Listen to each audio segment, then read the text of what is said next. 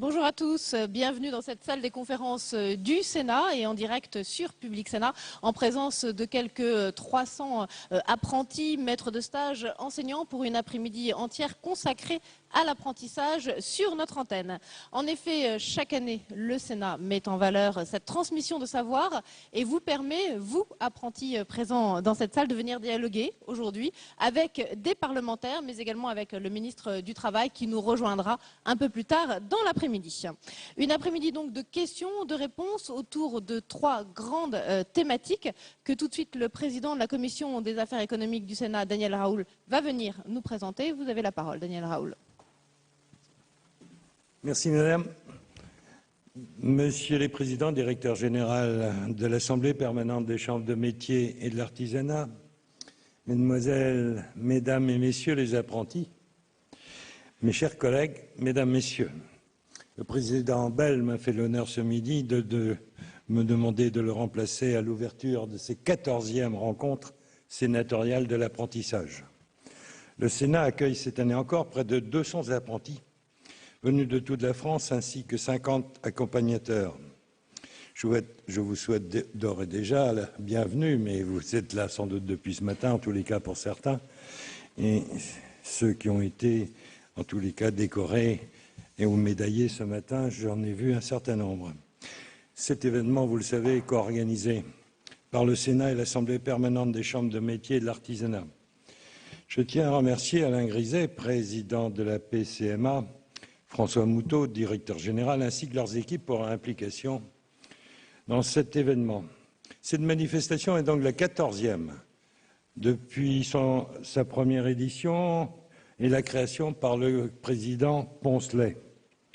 Si elle s'inscrit dans la continuité, si j'ose dire, dans la tradition sénatoriale, elle n'est pourtant pas restée figée. À l'image de notre Haute Assemblée, elle évolue pour mieux répondre aux défis qui sont aujourd'hui les nôtres. Je souhaite marquer, en tous les cas, le profond attachement du Sénat à l'apprentissage. Je sais que mon collègue Claude Jeannereau en parlera plus longuement, en tous les cas de l'intérêt, et des textes qui sont passés devant notre Assemblée.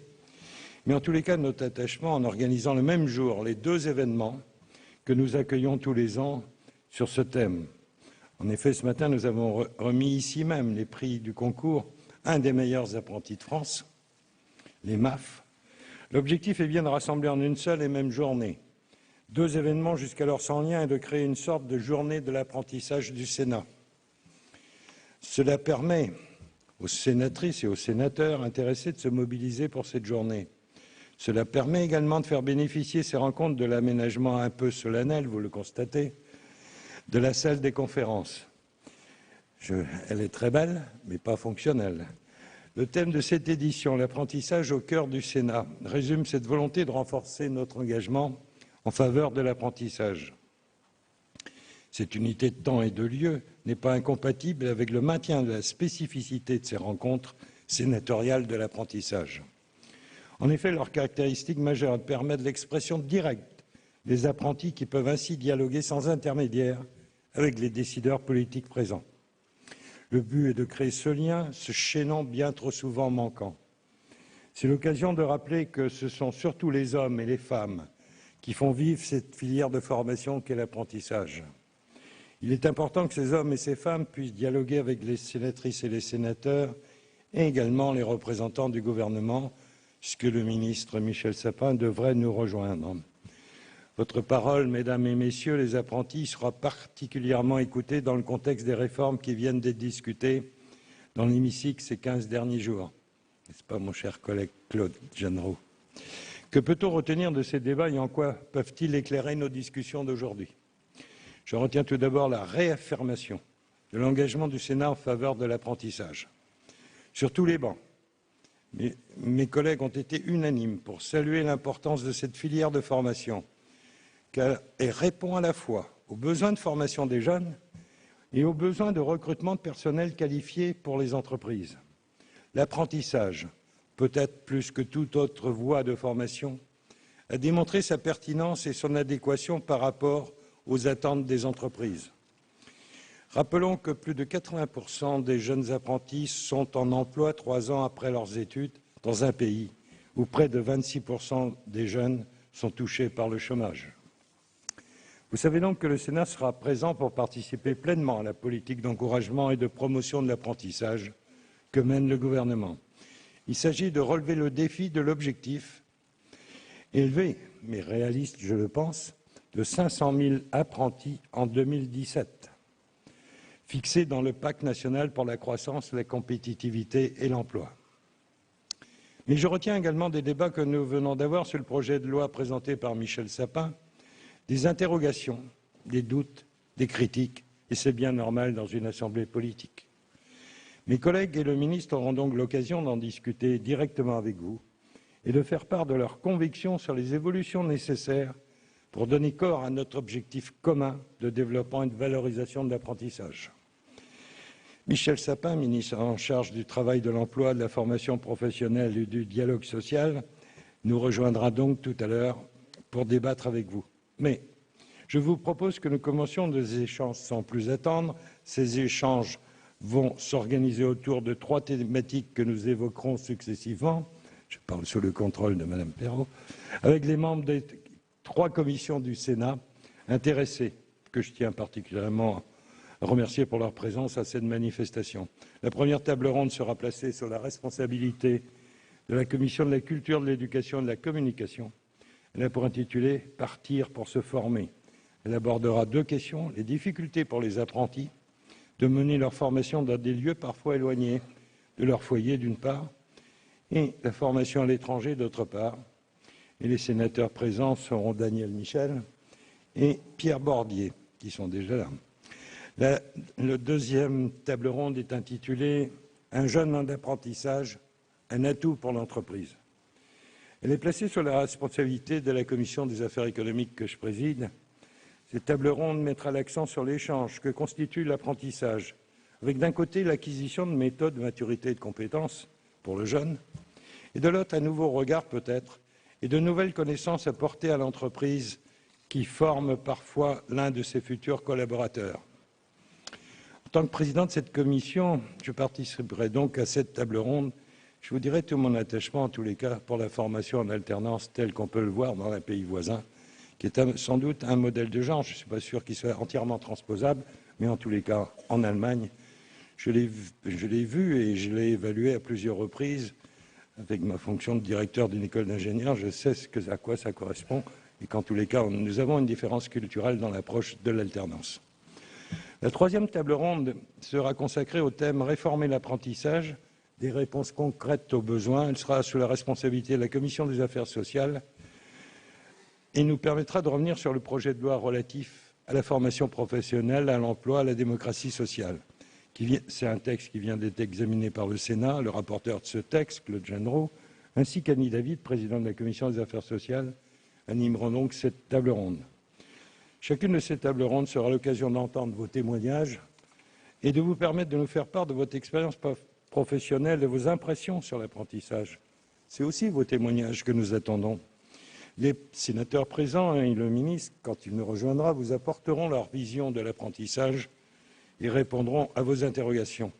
Je vous remercie de votre attention et de m'avoir écouté aussi longuement. Merci.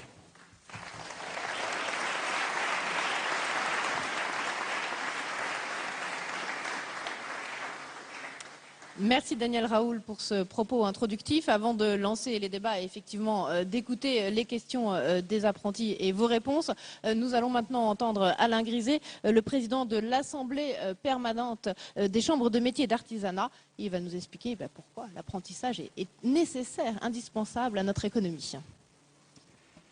Bien, Monsieur le Président de la Commission économique, Madame la sénatrice, Monsieur le sénateur, Mesdames, Messieurs les sénatrices et sénateurs, Mesdames, Messieurs les présidents de chambres de métiers et de l'artisanat, Mesdemoiselles, Mesdames, Messieurs les apprentis, Mesdames, Messieurs les enseignants, Mesdames, Messieurs, je veux tout d'abord remercier très chaleureusement le président Jean-Pierre Bel, président du Sénat, qui a bien voulu nous permettre d'organiser cette 4e rencontre sénatoriale de l'apprentissage ici au Sénat, ce haut lieu de la démocratie française, où je suis certain que beaucoup d'entre vous garderont de cette journée une journée inoubliable et un souvenir tout à fait important dans leur parcours de formation. Notre édition 2014 verra les champs se construire à partir des questions posées par chaque commission du Sénat sur des thèmes qui tiennent à cœur aux apprentis comme aux sénateurs. C'est ce qui fait toute leur force. Qu'il s'agisse d'échanger sur les conditions qu'il faut réunir pour effectuer une formation éloignée de son domicile, qu'il s'agisse des apports réciproques de l'apprenti et de l'entreprise, persuadés que nous sommes que l'apprenti n'est pas seulement dans l'entreprise pour recevoir une formation, mais constitue également un atout pour elle. Qu'il s'agisse enfin de la réforme en cours et de l'apprentissage, qui est une opportunité de formation et d'insertion professionnelle. Grâce à cette manifestation, l'Assemblée permanente des chambres de métiers et de l'artisanat est particulièrement fière de pouvoir accompagner le Sénat dans la réalisation de son objectif de valoriser les parcours de formation dans l'artisanat. Les thèmes choisis permettront de montrer l'actualité, l'efficacité et la proximité de la formation par apprentissage dans l'artisanat. Notre rôle d'adulte responsable est d'anticiper pour gérer au mieux les évolutions que nous vivons. Je suis sûr que le débat qui va s'engager nourrira les réflexions des uns et des autres en faveur d'une amélioration toujours souhaitée et souvent possible de l'apprentissage dans notre secteur. Une amélioration de ses performances au service des entreprises artisanales, mais surtout une amélioration de l'insertion professionnelle et sociale des jeunes, car, comme vous le savez sûrement, sur plus d'1 million d'entreprises artisanales, un chef d'entreprise artisan sur 2 a été apprenti. Je pense que c'est un bel exemple que chacun d'entre vous peut suivre. Voilà, je vous souhaite à tous de bonnes rencontres sénatoriales, un bon après-midi. Merci de votre attention.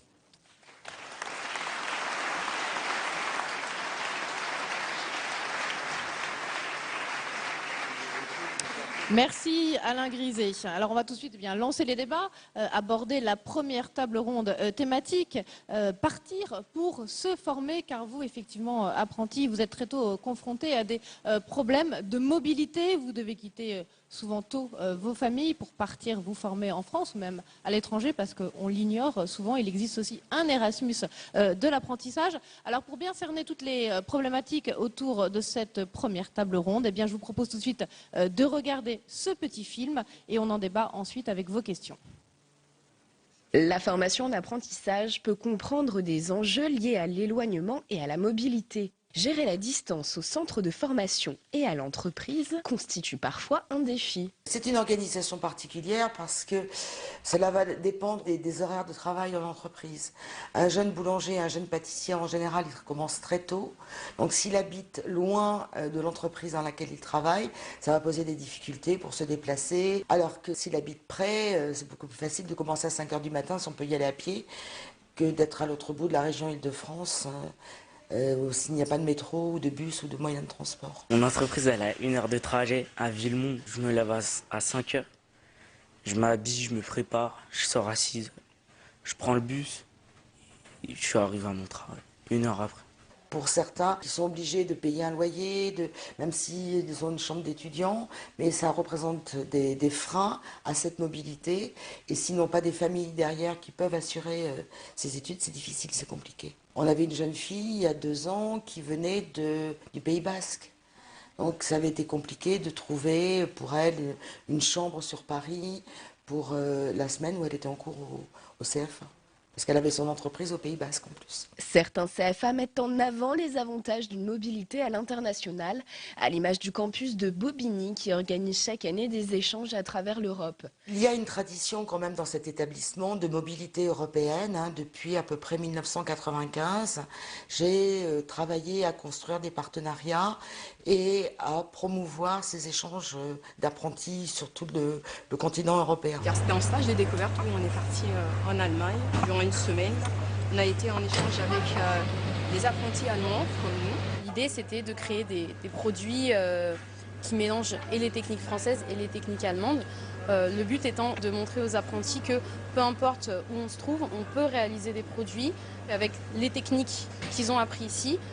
Peu importe où ils vont, ils sont capables de se débrouiller, de créer des produits. Et si en plus ils peuvent créer du lien d'amitié, d'échange avec des jeunes étrangers, c'était un petit plus Un apprentissage sans frontières, donc, qui a pour but d'encourager les jeunes apprentis à viser une carrière en dehors de l'Hexagone, une politique qui donne à beaucoup quelques idées d'avenir. L'apprentissage, ça leur permet aussi de s'exporter dans le monde. Pour certains, ça peut être un objectif, mais bon, bien souvent, ils sont jeunes, donc c'est la peur aussi d'aller loin, d'aller tout seul.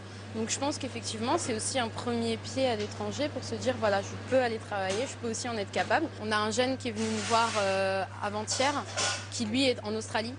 Il est parti l'année dernière et il a du travail. Voilà, il est arrivé, il nous a dit qu'il avait triplé son salaire en 4 mois. Pour plus tard, si on veut y aller tout seul dans un autre pays, comme au Canada ou en Angleterre ou des choses comme ça, c'est bien avoir cette expérience-là. Je me projette plus en Amérique, vers les États-Unis, New York et tout ça. C'est un rêve déjà. Voilà, donc petit film pour introduire la première table ronde autour de la mobilité des apprentis. Pour répondre à vos questions, eh bien, sont avec nous la sénatrice Danielle Michel, bonjour, sénatrice socialiste des Landes, et puis le sénateur UMP Pierre Bordier, bonjour, merci à tous les deux d'être avec nous. Alain Griset et Daniel Raoul sont également restés sur la scène pour répondre, compléter éventuellement certaines des réponses. On va tout de suite passer à la première question. C'est Jefferson Barnier du CFA, d'un CFA d'Eure-et-Loire, qui va vous interpeller. On écoute votre question. Je vous propose de vous lever pour qu'on puisse vous voir. Je sais, c'est intimidant. Vous posez la première question. C'est toujours difficile, mais on vous écoute. Eh bien, bonjour à vous, Monsieur le Président du Sénat, Mesdames et Messieurs les sénateurs.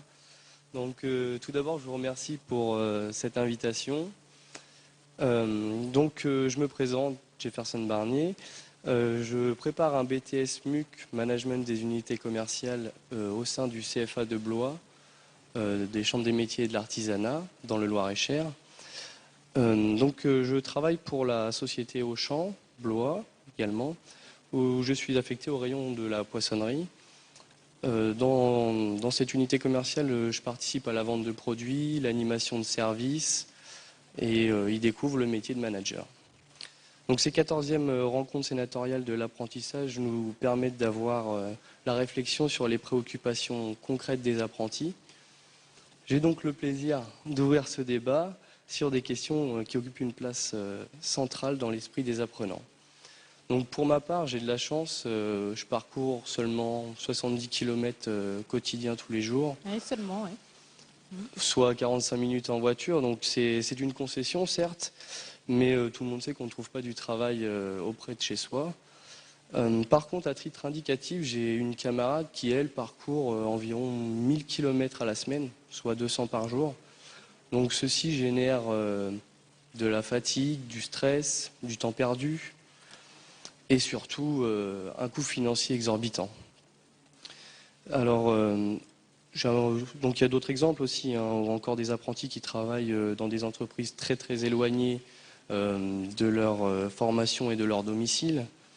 Donc ça leur implique d'avoir 2 logements, un pour l'entreprise, un pour la formation. Alors, dans un premier temps, excusez-moi, donc cet éloignement provoque parfois des troubles psychologiques, sociologiques et un coût financier qui impactent sur la rémunération de l'apprenti et peuvent le placer dans des situations sensibles de la réussite de son apprentissage, puisque c'est ça la question. Donc dans un premier temps, serait-il possible de renforcer les aides déjà existantes ou de les compléter par d'autres pour faire face à ces difficultés? Et dans un deuxième temps, l'État, ou plus précisément par département ou par région, puisque ça diffère énormément, ont-ils prévu le financement de la création de résidences pour le logement de nos apprenants? Merci beaucoup Jefferson pour cette question très complète. C'est Danielle Michel qui va vous répondre. Oui. Ce que j'ai apprécié, c'est que vous ayez donné des exemples concrets de déplacement ou de double hébergement nécessaire. Parce que c'est vrai que les problèmes de transport ou d'hébergement sont liés à la spécificité de l'alternance. Alors, certaines fois, les parents ou le jeune vit à côté soit du centre de formation, soit de l'entreprise. Il n'y a qu'un déplacement, mais des fois, le jeune est éloigné et de l'entreprise et du centre de formation. Et c'est vrai que c'est un problème très très important pour la réussite du jeune. Alors, il existe des aides classiques que vous connaissez tous, celles données par les caisses d'allocation familiale par rapport au logement, par rapport à l'APL, l'aide personnalisée au logement. Il existe aussi les centres interprofessionnels du logement qui interviennent par un dispositif qui s'appelle Mobili Jeunes, qui aide aussi au logement des jeunes qui sont en contrat en alternance. Alors ça, ce sont des aides classiques qui sont souvent mobilisées. Tout jeune qui signe un contrat d'apprentissage peut rencontrer soit au Pôle emploi, soit à la mission locale, quelqu'un qui lui remplira les dossiers et qui l'aidera à avoir les aides classiques. Mais à ces aides-là, qui existent et qui sont insuffisantes, je le reconnais, peuvent s'ajouter des aides qui sont spécifiques aux régions, parce que l'apprentissage, quand même, est une des compétences de la région, plus que du département ou de la commune, et certaines régions ont mis en place des aides qui leur sont propres. Des aides aussi au logement, des dispositifs comme en Aquitaine, un de toit, qui permet à des jeunes de trouver des nuitées pas très chères pour justement pouvoir se déplacer, alors que le calendrier de l'alternance n'est pas toujours régulier. On ne peut pas louer qu'une semaine par mois de manière irrégulière chez un logeur. Il existe aussi un fonds social pour l'apprentissage, mais là, c'est vraiment différent selon toutes les régions. Je pense que le problème, il est pointé, il est connu, peut-être pas encore traité de manière assez complète, parce que ça continue à poser des problèmes. Alors, vous parliez de jeunes qui fait 1000 km par semaine. Alors, est-ce que c'est vraiment un choix? Est-ce que des fois, il n'est pas plus judicieux de trouver un logement à côté du travail? Mais c'est vrai que ça pose le problème aussi, parce que vous êtes jeune, de laisser le cocon familial et de vivre de manière indépendante. Moi, j'ai connu une apprentie en boulangerie. Les parents n'avaient trouvé comme solution que d'installer un camping-car à proximité de la boulangerie. Ils n'avaient trouvé aucune autre solution. Sinon, c'était aux parents à se lever à 3h30, 4h pour la mener embaucher à 4h30. Donc c'est un réel problème. Il n'y a pas de solution qui convienne à tout le monde, parce que d'abord les cas, les réalités sont multiples. Mais je pense qu'on en est conscient et que les politiques, et notamment ceux qui ont en charge l'apprentissage, s'en occupent. Merci Daniel Michel. Alain Griset, est-ce que très rapidement, vous avez des points à apporter pour compléter la réponse de Madame la sénatrice sur cette question qui est importante pour tous les apprentis? Je pense que la question a été bien posée. La différence fondamentale dans l'apprentissage, c'est qu'il y a souvent 3 lieux différents. Le lieu de formation, l'entreprise et le domicile. Et qu'effectivement, on a d'avoir tout sur place pour le jeune. Attendez, on va peut-être vous donner un autre micro, parce que j'ai l'impression qu'il connaît... Aujourd'hui, souvent les conseillers régionaux nous accompagnent pour faire de l'hébergement au centre de formation, ce qui résout une partie du problème. Mais derrière, il y a effectivement la question de l'entreprise et du domicile. Certains conseillers régionaux, Madame la sénatrice l'a bien indiqué, c'est des politiques régionales, apportent une aide financière au déplacement. Et donc, c'est une discussion qui se fait région par région, de façon à s'adapter. Et c'est vrai qu'il y a des régions rurales où il y a eu quelquefois des expérimentations extrêmement intéressantes. J'ai souvenir en Mayenne, où le conseil général a accompagné des particuliers pour aménager des lieux d'habitation, quelquefois inoccupés, pour permettre de loger les jeunes. Il y a également, quelquefois en milieu rural, des fermes dans lesquelles ils font des logements appropriés pour les jeunes à des prix tout à fait adaptés. Mais on est obligé, en fonction du territoire, de trouver des solutions spécifiques à chaque fois pour répondre au mieux aux besoins des jeunes. Seconde question maintenant pour cette première table ronde autour de la mobilité des apprentis. Elle nous vient d'Avignon. Cette seconde question, c'est Aurélie Pellegrin qui va la poser. Bonjour. Bonjour à tous et à toutes. Donc, je me présente, Aurélie Pellegrin, je viens d'Avignon. Je suis actuellement au CFA donc, dans le 84, dans le Vaucluse, où je suis une formation de responsable qualité, sécurité, environnement. Et je suis en contrat d'apprentissage au sein de la société Melox, filiale d'Areva, dans le nucléaire. Donc ma question est la suivante. Nous avons constaté des difficultés au niveau des candidats alternants à trouver des entreprises. Et nous aimerions savoir s'il existait un fichier national ou régional qui recensait les entreprises susceptibles d'accueillir des apprentis. Merci beaucoup Aurélie. C'est Pierre Bordier qui va vous répondre. Alors, est-ce qu'il existe un fichier national? Oui, bien, bonjour à tous. Merci pour cette question. Bien évidemment, il existe quelque chose. Ça ne pourrait pas se passer autrement. Mais il y a toujours une différence entre bien faire et le faire savoir. En ce qui concerne la connaissance des données nationales ou régionales, ça se décline au niveau national ou au niveau régional. Au niveau national, il existe un portail qui s'appelle, je lis, www.alternance.emploi.gouv.fr, qui a été créé par le ministère de l'Emploi et qui propose un moteur de recherche qui permet de trouver quasiment toutes les réponses aux questions qui peuvent se poser dans ce domaine. Je suis allé voir un peu comment ça se passait sur ce site, et puis, ma foi, ce site s'adresse ou aux candidats à l'apprentissage, ou aux entreprises qui souhaitent accueillir un apprenti, ou au centre de formation des apprentis.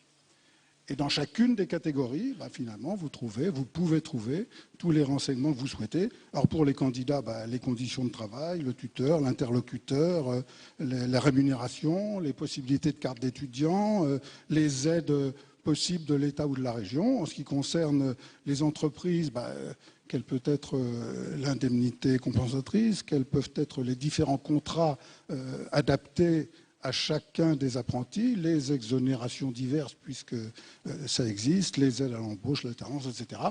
Et finalement, pour chaque catégorie, vous avez les renseignements que vous pouvez approfondir dans chacun des cas.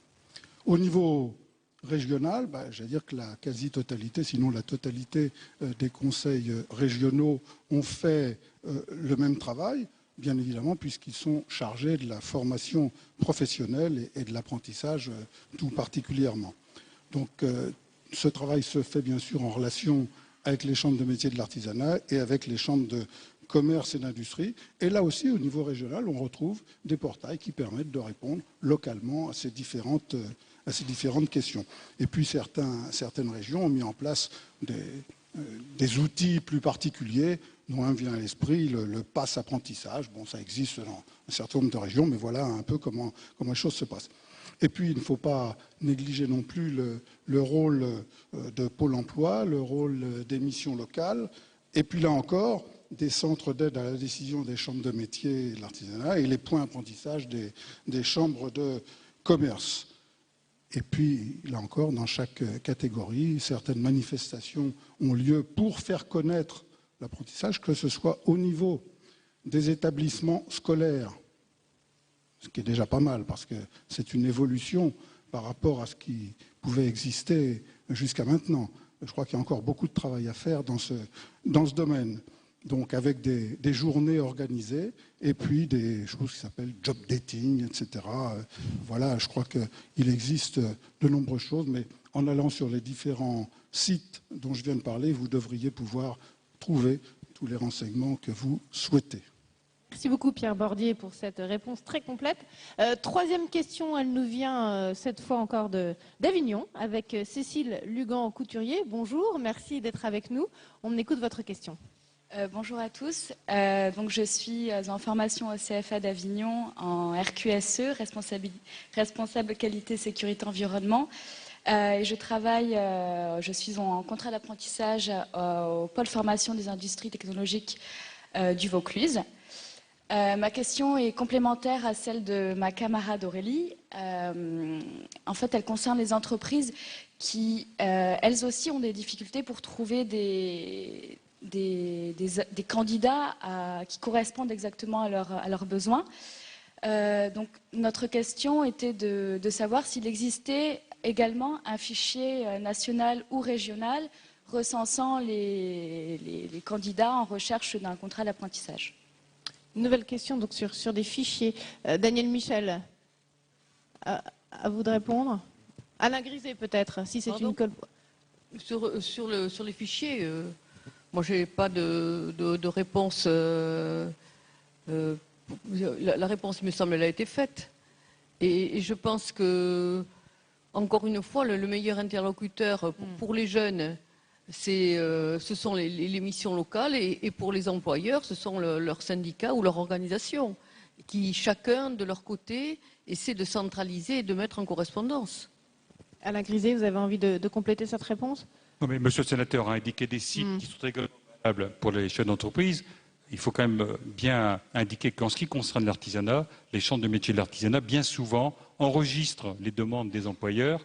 Et naturellement, les jeunes peuvent très bien, par l'intermédiaire des centres de la décision, avoir cette information sur les employeurs qui recherchent des jeunes en apprentissage. Donc il ne faut pas hésiter à venir frapper à votre porte. Quand on parle de mobilité aussi, on parle en ce moment de plus en plus souvent d'e-learning, de cours à distance via Internet. Est-ce qu'il y a des facilités qui existent à ce niveau-là pour l'apprentissage, Daniel Michel? Alors, l'e-learning, on en est tout à fait au démarrage. On en parle, on commence à en parler. Je vois que ça n'a pas encore atteint, ça commence à atteindre l'enseignement supérieur au niveau licence, master. Au niveau de l'apprentissage, on peut penser que ça permettrait d'éviter des déplacements pour des métiers très pointus et confidentiels, mais ça ne résout pas tous les problèmes. Le vrai problème, c'est le coût du déplacement.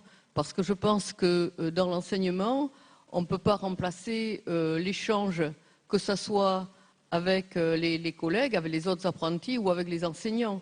Et que l'échange et la confrontation sont très importants. On peut peut-être un peu alléger les cours grâce à l'e-learning. Bien sûr, ça peut faciliter les choses. l'e-learning et les expériences qui sont faites avec les MOOCs aux États-Unis, c'est donc un support numérique qui est réservé à une grande masse. Et nous, on nous parle dans l'apprentissage d'e-learning pour des métiers qui sont très confidentiels, où il ne peut pas y avoir un centre de formation dans un rayon de 100-150 km, pour éviter un déplacement. Donc, enfin, ce n'est que mon avis. Je pense que le problème, c'est plus de donner les moyens de se déplacer que d'éviter à tout prix le déplacement, parce que les voyages forment la jeunesse. Partir ailleurs, se former, rencontrer d'autres jeunes, de trouver d'autres enseignants, ça peut être important. L'e-learning peut être une réponse partielle, voilà, mais pas totale. Réponse partielle, Alain Griset, vous êtes aussi d'accord sur cette position? Non, l'e-learning peut se comprendre pour un complément de formation dans les matières académiques. En ce qui concerne l'apprentissage du métier, il est évident que dans l'artisanat, cet apprentissage doit se faire directement ou en entreprise ou au centre de formation, de façon à ce que le jeune puisse avoir une compétence technique avérée au regard du métier qu'il apprend. Très bien, merci pour ces réponses sur l'e-learning. On va maintenant écouter le témoignage sur une expérience à l'international avec Frédéric Patari. Bonjour. Voilà. Oui, bonjour. Bonjour, vous êtes enseignante, hein, vous, oui, c'est ça, exact. en Gironde. On m'a demandé d'intervenir parce que j'ai eu l'occasion l'année dernière d'accompagner un groupe de 12 apprentis coiffeurs en Grèce. Je suis au CFA de la Chambre de métiers de la Gironde. Notre établissement a donné aussi l'occasion à des jeunes de partir en Allemagne et en Italie. Actuellement, nous avons des jeunes qui sont en Allemagne. Est-ce que vous pouvez mettre le micro un tout petit peu? Ah oui, pardon. Donc c'est une expérience qui est intéressante pour les jeunes tout d'abord parce que c'est un enrichissement personnel, ça leur donne l'occasion de voir le métier d'une manière différente. Il y a eu énormément de retours positifs de la part des employeurs quant aux compétences professionnelles des jeunes. Certains ont eu des propositions d'emploi. Pour notre établissement, c'est aussi, ça apporte une dynamique. Ceci dit, c'était le premier voyage que vous faisiez comme ça à l'étranger avec des apprentis dans votre établissement? Enfin, mon établissement avait fait d'autres voyages, avait organisé d'autres voyages, mais à titre personnel, c'était mon premier et mon seul d'ailleurs. Et donc la question que nous nous posons, c'est que c'est quelque chose, la mobilité, quelque chose de très intéressant, mais il y a par exemple la prime qui était accordée aux employeurs qui a été supprimée. Quand les jeunes sont absents, c'est une contrainte pour l'employeur et pour indemniser l'absence, il y avait une prime de 40 € qui a été supprimée. La deuxième chose, c'est qu'avant nous avions un poste dédié à la mobilité, alors que maintenant une personne se partage différentes tâches, dont celle d'organiser, de gérer la mobilité. Donc la question que nous vous posons, c'est quel soutien pouvons-nous espérer pour favoriser et développer la mobilité? Très bien, merci beaucoup pour ce témoignage sur ce voyage à l'étranger. Pierre Boardier, vous voulez lui répondre? Je vais essayer. Mais je crois que le témoignage que nous venons d'entendre montre qu'il y a déjà une évolution formidable, puisque les apprentis représentaient une population qui était souvent beaucoup moins mobile que les étudiants ou que les lycéens, et que finalement une opportunité d'aller confronter son expérience à l'étranger est bien évidemment, comme dans tous les cas, une excellente chose. Alors est-ce que c'est facile pour tout le monde? Vraisemblablement pas.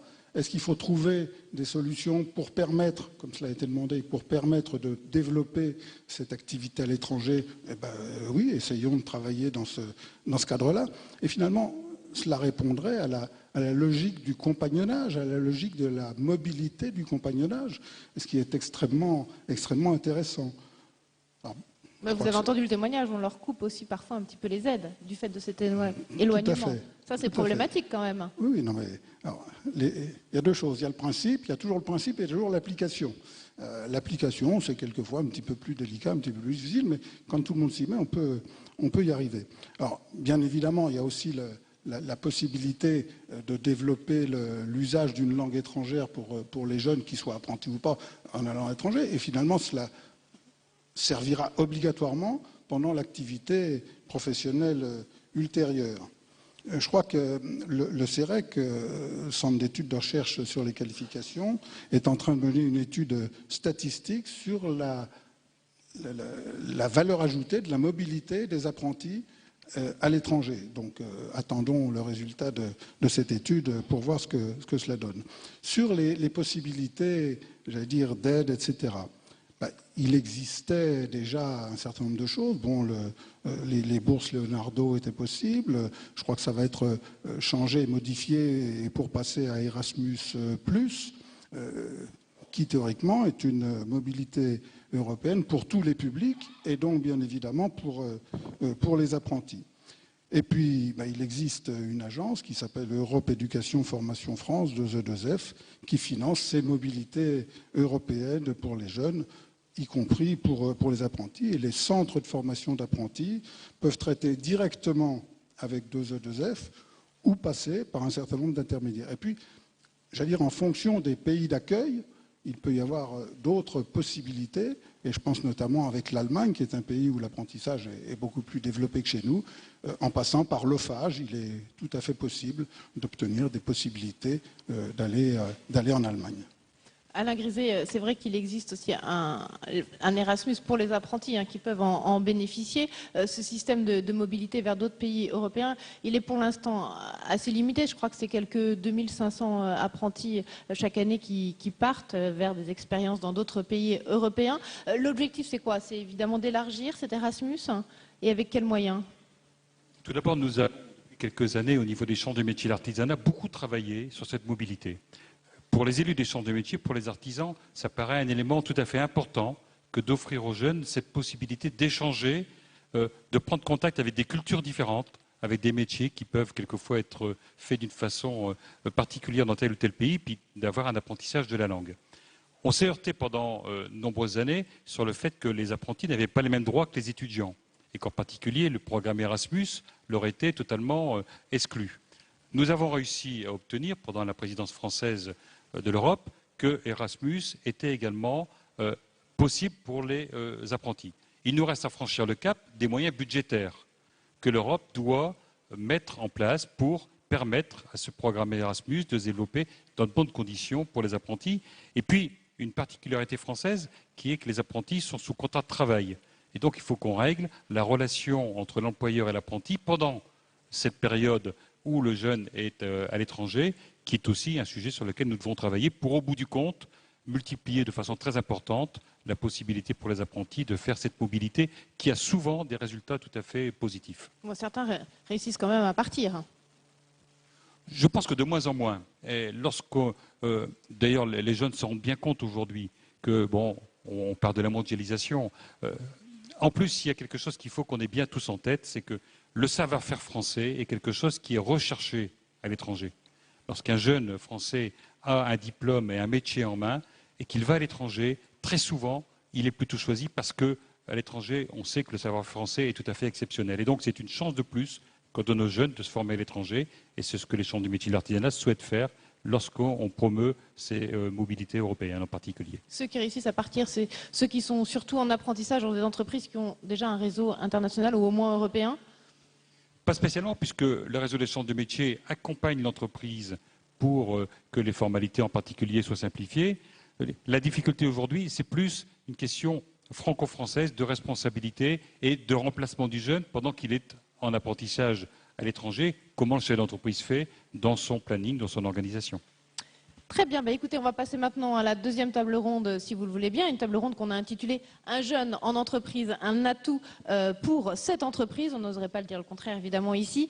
Il s'agit de mettre l'accent sur l'échange de bons procédés que constitue l'apprentissage, avec d'un côté l'acquisition de méthodes, de maturité, de compétences, et puis de l'autre un nouveau regard sur l'entreprise, des transferts de technologie, voire la formation d'un futur collaborateur. Alors comme pour la première table ronde, on regarde d'abord un petit film avant d'écouter les questions des apprentis. C'est impératif pour les entreprises de former. D'abord, nous sommes toujours en recherche de personnel qualifié. C'est la transmission de nos savoirs, c'est leur apprendre le savoir-être, le savoir-faire en même temps, puisqu'on les prend relativement jeunes. C'est le fait de pouvoir être en entreprise en même temps. Avoir des méthodes d'apprentissage souvent différentes des employeurs. Ça aussi, c'est un petit plus. C'est bénéfique. L'apprentissage, et en particulier l'apprentissage dans l'artisanat, c'est une école de l'individualisation de la formation en quelque sorte. C'est-à-dire qu'il s'agit de prendre vraiment l'individu là où il en est, dans un objectif de progression, et de l'accompagner tout au long de son parcours. Ça permet d'étudier, en même temps de travailler. Du coup, on a une insertion plus facile au niveau du travail, parce qu'on a déjà une expérience professionnelle. Donc on est plus facilement embauchable que quelqu'un qui restait à l'école traditionnellement. Là, on a vraiment une expérience professionnelle, on a un savoir-faire dès qu'on a notre diplôme en fait. C'est un atout économique pour l'ensemble de nos métiers. Demain, nous allons devoir remplacer et nos salariés et aussi nos chefs d'entreprise. Et avec l'apprentissage, on est encore là où il y a le plus d'ascenseur social. On commence avec un CAP et on peut finir chef d'entreprise assez rapidement. L'apprentissage, il ne faut pas l'oublier, c'est un système de formation sur plusieurs sites. Le CFA, oui, mais aussi l'entreprise. Et c'est cette itinérance entre les deux sites qu'il convient d'accompagner. Et c'est cet accompagnement qui va porter vertu pour créer des compétences. C'est quelque chose de bien parce que c'est pas du tout comme l'école. L'école, on est assis, on écrit, on écoute, on note. Et après, il y a du travail personnel ici. Ce qui est bien, c'est qu'on utilise nos mains. On utilise la tête, bon ça c'est logique, mais on utilise nos mains, donc on apprend directement sur place comment faire. Je pense que c'est important pour une entreprise d'avoir des jeunes parce que nos centres de formation dans tous nos métiers sont à la pointe des technologies et ça nous booste un petit peu aussi dans l'entreprise parce qu'il faut au moins qu'on soit aussi bon que ce qu'ils ont et ce qu'ils voient dans leur centre de formation. Dans une entreprise où toutes les personnes ont à peu près plus de 26 ans, quand j'ai commencé, j'avais à peu près 14-15 ans, donc c'est pas la même mentalité, donc il faut à peu près un peu s'adapter. Mais bon, c'est un pas qu'on fait chacun de son côté. C'est un rapport privilégié avec l'expérience. Les jeunes sont formés à partir de leur expérience individuelle dans l'entreprise. Nous emmenons les jeunes vers un diplôme, mais pas simplement un diplôme, un métier. Et nos métiers, si on veut qu'ils durent, il nous faut de la nouvelle génération, des gens qui ont envie de venir dans nos métiers, parce qu'on y trouve du travail. L'accueil d'un apprenti pour quelque entreprise que ce soit, c'est la transmission des savoirs. Voilà, alors le jeune apprenti, évidemment, un atout pour l'entreprise. Daniel Raoul, Alain Griset sont restés avec nous pour répondre aux questions des apprentis. Sur cette deuxième table ronde, eh bien, c'est Maëva d'Arléon qui ouvre le bal. Maëva, bonjour. Ah, vous êtes là, voilà, je ne vous voyais plus. Vous venez de Mont-de-Marsan, c'est bien ça ? Oui, bonjour à tous, Maëva d'Arléon. Je viens de la Chambre des métiers de Mont-de-Marsan où je fais un BTM en pâtisserie et je travaille dans une entreprise en chocolaterie à Anglet. Donc aujourd'hui, je suis consciente de l'atout que représente une formation d'un apprenti pour son entreprise et le CCF, par le contrôle d'un cours de formation, par sa mise en place et sa valorisation en termes d'évaluation, permet aujourd'hui de réaliser des projets concrets qui sont un réel atout pour une entreprise. Donc j'aimerais savoir si cette formation d'apprentissage et d'évaluation, très appréciée des entreprises, pourrait-elle être étendue à d'autres formations? Voilà, c'est Daniel Raoul, le président de la Commission des affaires économiques du Sénat, qui va vous répondre, Maëva. C'est plutôt en tant qu'ancien enseignant, en tous les cas universitaire, je vais vous répondre. Parce que c'est quelque chose que, lors de l'élaboration d'un programme dans mon école d'ingénieur, qu'on avait déjà utilisé. Alors je sais que c'est utilisé au niveau 5, là, mais je peux vous assurer que cette espèce d'évaluation mi-parcours, enfin en cours en tous les cas de formation, devrait être généralisée, pour prendre un terme de physique, et d'utiliser justement le feedback, enfin l'évaluation qui est faite à la fois de l'apprenti, mais aussi des connaissances qui ont été données, à la fois au CFA ou au lieu de formation générale, et d'adapter ou de corriger des erreurs qu'on aurait pu faire par rapport aux attentes et par rapport à l'évolution des populations qu'on touche dans la formation. Un élève ingénieur, enfin, excusez-moi de parler de ça, mais ça va être la même chose pour un apprenti, n'est plus le même que celui il y a 20 ans.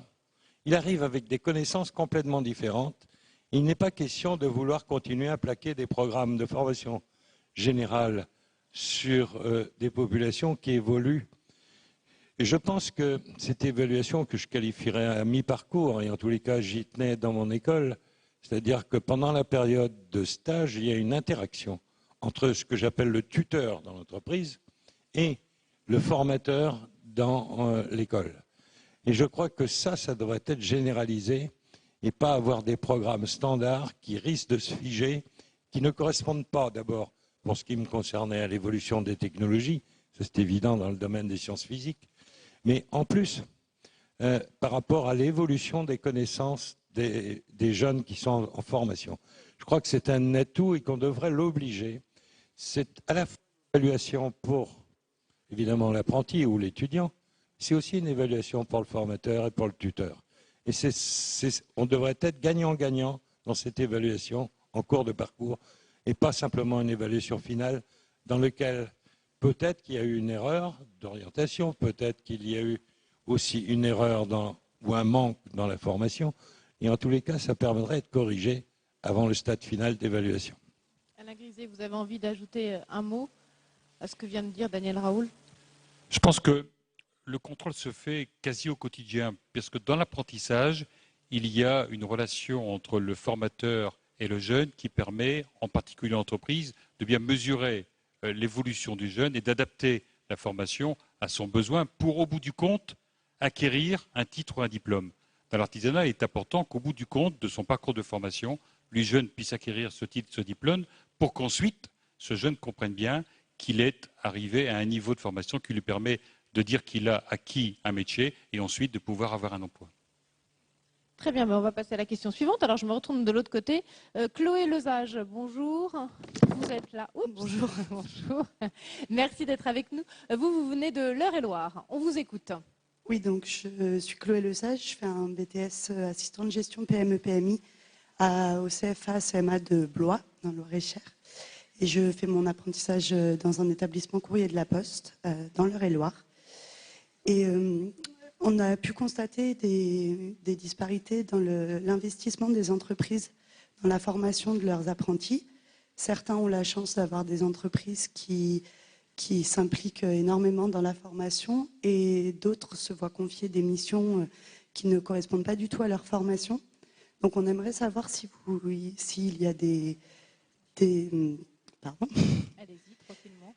Si vous avez prévu de récompenser les entreprises qui s'impliquent dans la formation de leurs alternants, notamment en matière d'aide financière ou de récompense qui valoriserait l'entreprise.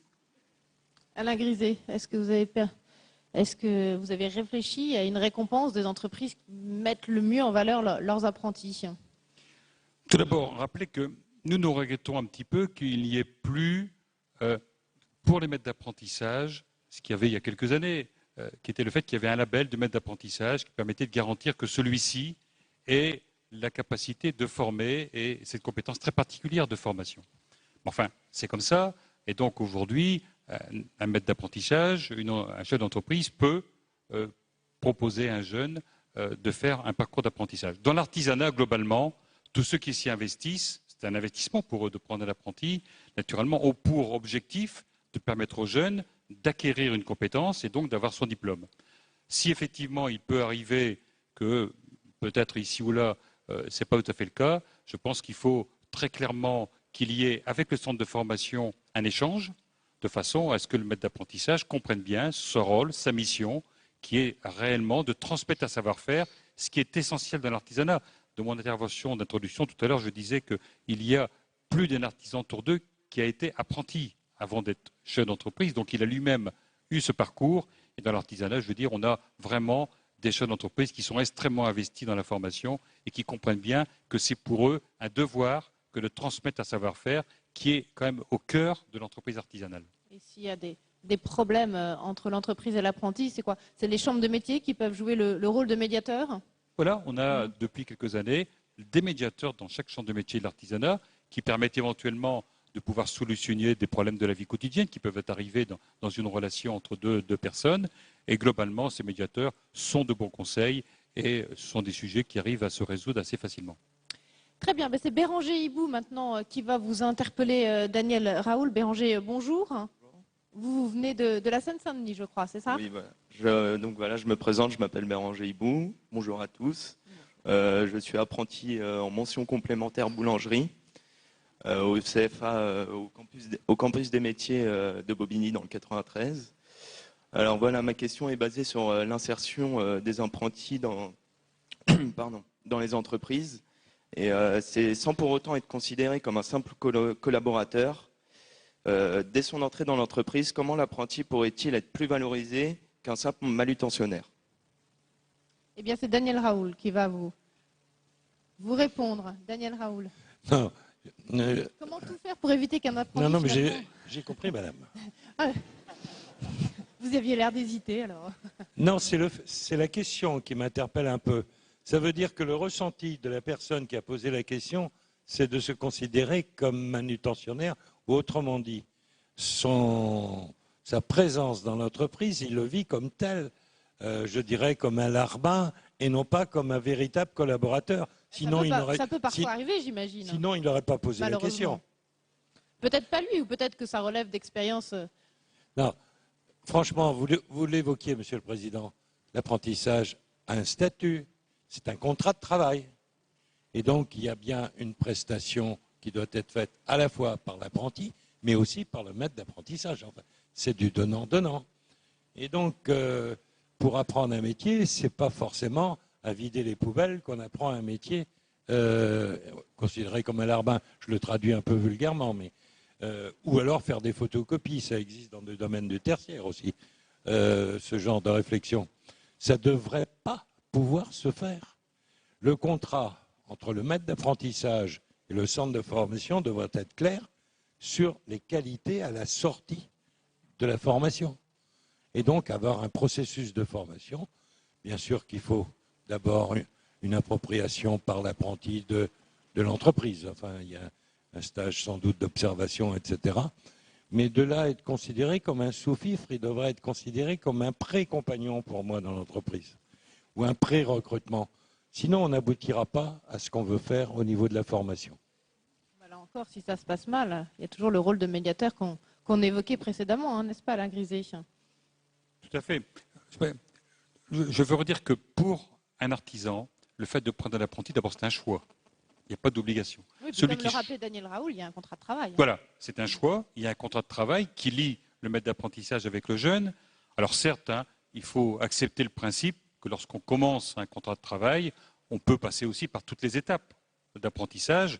Et les premières peuvent consister à faire les bases du métier. Je crois que c'est tout à fait essentiel de le comprendre. Mais très rapidement, ces bases étant acquises, il est, je crois, de l'intérêt commun du chef d'entreprise et du jeune que de passer à une étape supérieure, parce que le jeune, entre guillemets, peut apporter aussi à l'entreprise ses compétences, son savoir-faire, son dynamisme. Et je crois que les artisans, eux, sont tout à fait intéressés par ça. Et le parcours du jeune est construit au fur et à mesure de sa progression personnelle pour lui permettre d'acquérir un savoir-faire qui, au bout du compte, lui permet d'acquérir un métier et ensuite un emploi. Oui, il y a un engagement, il y a un contrat qui lie l'entreprise, avec éventuellement des sanctions, j'imagine, si ça ne se passe pas bien, non, Alain Griset? Oui, alors, il y a globalement, je veux dire, entre les jeunes apprentis et les maîtres d'apprentissage, une relation qui, au fur et à mesure du contrat, s'améliore. Et certes, il peut y avoir ici ou là quelques difficultés, mais globalement, les choses se passent très bien dans notre secteur de l'artisanat. Voilà, le ministre du Travail, Michel Sapin, nous rejoint. Bonjour, monsieur le ministre. Merci d'être avec nous cet après-midi. On en est toujours donc dans les questions des apprentis. Dernière question de cette seconde table ronde. Elle est posée par Manon Coacolo. Bonjour, merci d'être avec nous. Vous aussi, vous êtes également apprenti en Seine-Saint-Denis. On vous écoute. Voilà. Bonjour à tous. Donc, je suis ma formation terminale Bac Pro Commerce au campus des métiers de Bobigny en Seine-Saint-Denis. Donc, ma question est la suivante. Donc, il est souvent difficile de trouver un maître d'apprentissage car souvent, ils prennent des stagiaires qui coûtent beaucoup moins cher. Donc, en quoi la voie de l'apprentissage est plus valorisante que les entreprises, que les contrats d'avenir ou d'autres contrats plus ou moins rémunérés? Très bien, merci Manon. Une question qui va peut-être faire un peu hurler Alain Griset. En quoi l'apprentissage est plus valorisant qu'un stage? Il n'y a pas de raison d'hurler. Monsieur le ministre, en plus, est là pour veiller à ce qu'on puisse avoir la réponse adéquate. Mais on va faire une réponse adaptée à notre secteur, monsieur le ministre. D'abord, je suis heureux qu'aujourd'hui, on ait beaucoup de filles qui posent des questions.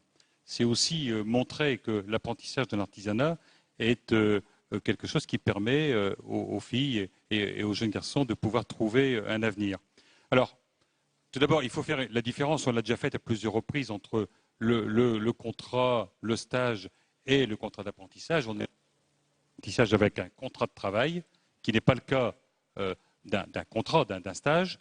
Souvent, dans un stage, le jeune vient mettre en application ce qu'il a appris et c'est pour une période très courte. Un contrat d'apprentissage, c'est pour un contrat de travail à durée déterminée. D'ailleurs, la loi qui a été votée permet éventuellement d'en faire un CDI à la volonté ou pas du maître d'apprentissage. C'est aussi, lorsqu'on est apprenti, la possibilité d'avoir une rémunération, ce qui est extrêmement important.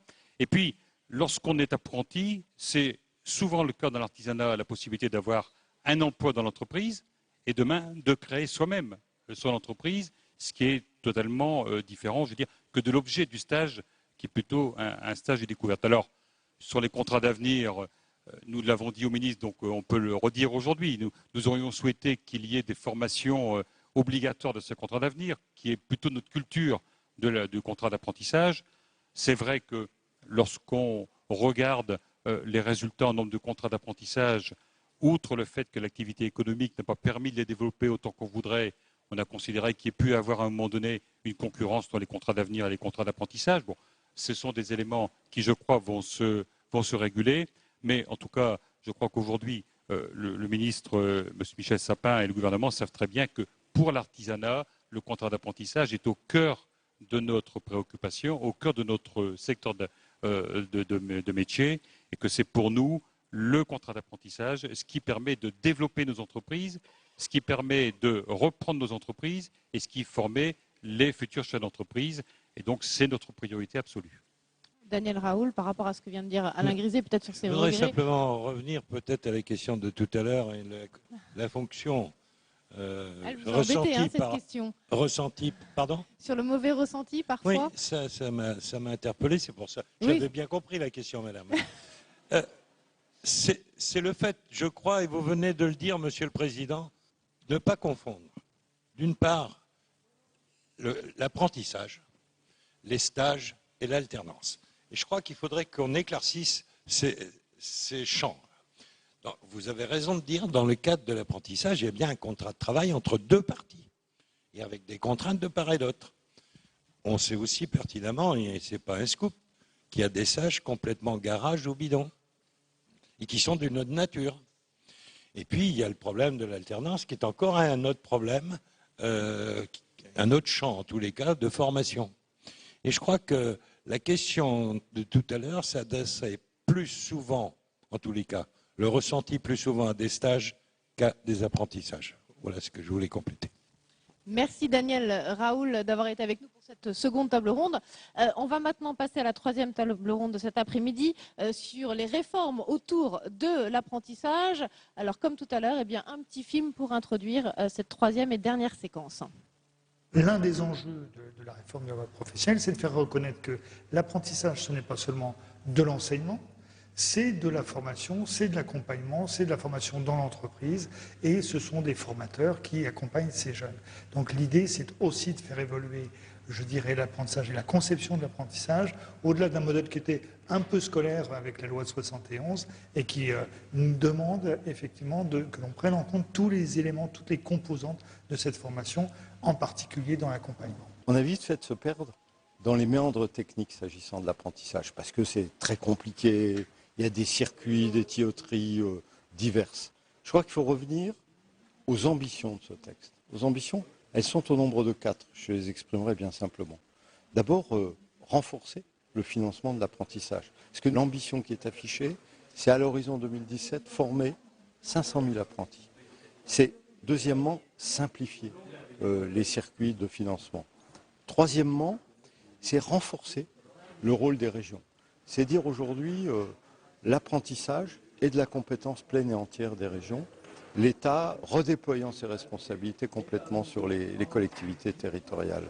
Et puis, c'est sécuriser les parcours des apprentis. On oublie trop souvent que près de 20% des apprentis abandonnent au cours de la première année. Donc les dispositions prises, c'est bien pour permettre aux apprentis de voir leur parcours renforcé avec la création notamment de ce contrat à durée indéterminée. C'est un exemple.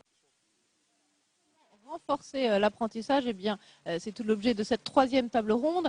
Comme tout à l'heure, nous allons écouter vos questions. Pour vous répondre, nous ont rejoint sur la scène de cette salle des conférences du Sénat Annie David. Bonjour, la présidente de la Commission des affaires sociales ici au Sénat. Merci d'être avec nous. Le ministre Michel Sapin, merci également d'être avec nous pour cette troisième table ronde. Et puis Claude Jeannereau, merci à vous aussi d'être présent avec nous cet après-midi. Vous étiez le rapporteur du projet de loi sur la formation professionnelle qui a été adopté par le Sénat à la fin du mois de février. Alors, tout de suite, écoutez, on va écouter la première question, celle de Fatoumata Diakité. Fatouma, ah pardon, on m'a mal écrit votre nom et je ne vous vois pas, il faudrait vous lever si c'était possible. Ah voilà, pardon. On écoute votre question. Bonjour à tous. Alors, je suis Fatouma Diakité, apprentie de la Chambre des métiers de Seine-et-Marne. En première bac pro commerce, je travaille chez Jennifer dans le prêt-à-porter. Je me permets de vous poser la question suivante. Certains de mes camarades et moi, on a vécu une période difficile de rupture de contrat d'apprentissage. Excusez-moi, je suis un peu stressée. Et nous sommes au courant qu'il y a une réforme en cours et on aimerait savoir si cette réforme permet de sécuriser notre parcours de formation. Alors Fatouma, c'est le ministre du Travail, Michel Sapin, qui va vous répondre sur ces ruptures de contrat d'apprentissage, monsieur le ministre. Oui. Non ? Si, je pense que ça va marcher. Bon, ça va marcher, oui, ça y est. Voilà, ça marche. Bonjour. Oui, c'est une bonne question, d'ailleurs, elle a déjà été abordée, c'est la question des ruptures en cours d'apprentissage, parfois même très tôt après avoir signé son contrat d'apprentissage. Chacun le sait ici. Il n'y a pas une augmentation ces dernières années. Il ne faut pas croire cela. J'ai vu quelques chiffres qui disaient que ça augmente les ruptures précoces de contrat d'apprentissage. Non, on est à peu près, depuis une dizaine d'années, autour de 20% de rupture. Mais c'est beaucoup. C'est beaucoup. Donc ça n'augmente pas, mais ça reste à un niveau élevé. Et un des objectifs de la réforme qui vient d'être discutée, qui a été votée par l'Assemblée nationale et par le Sénat, et dont je peux vous annoncer selon toute probabilité, elle paraîtra au journal officiel de demain. C'est un des objectifs de cette réforme, c'est justement de diminuer les causes de rupture. Alors, il y a une première manière de faire, qui est le contrat à durée indéterminée que le président comme le rapporteur viennent de citer. Ce n'est pas dans tous les cas. Hein. Il faut que ce soit une volonté commune de l'employeur et du jeune. Parce que du côté des employeurs, vous me direz si je me trompe, Monsieur le Président, j'en connais qui disent on fait un effort de formation avec un jeune et puis ensuite on me le pique en quelque sorte. C'est une autre entreprise qui va le prendre pour bénéficier en quelque sorte, de cette information. Donc, il faut fidéliser. Mais, du côté du jeune, avoir un contrat à durée indéterminée, c'est-à-dire on fait l'apprentissage et on reste ensuite dans l'entreprise, c'est une sécurité qui est une sécurité très importante. Mais l'autre raison, enfin l'autre réforme, et qui fait parfois débat d'ailleurs dans les CFA, vous me direz si je me trompe, monsieur là aussi le président, c'est que dans un CFA, on est là pour avoir de l'enseignement théorique, on est là pour suivre les jeunes lorsqu'ils sont dans l'entreprise, en contrat, en formation sur le tas, mais on doit aussi se préoccuper de les accompagner, y compris personnellement. Parce qu'une des causes de rupture, ça peut être, voilà, on ne s'est pas entendu avec l'environnement, ou bien on n'a pas très bien compris, il y a une difficulté, quoi. Il faut pouvoir surmonter cette difficulté. Si on rompt à la première difficulté, parce que l'un et l'autre considèrent qu'il faut rompre, ça ne va pas. Il faut donc accompagner plus qu'aujourd'hui, et donc il y a dans les CFA cette nécessité d'accompagner. Je termine par un élément très concret.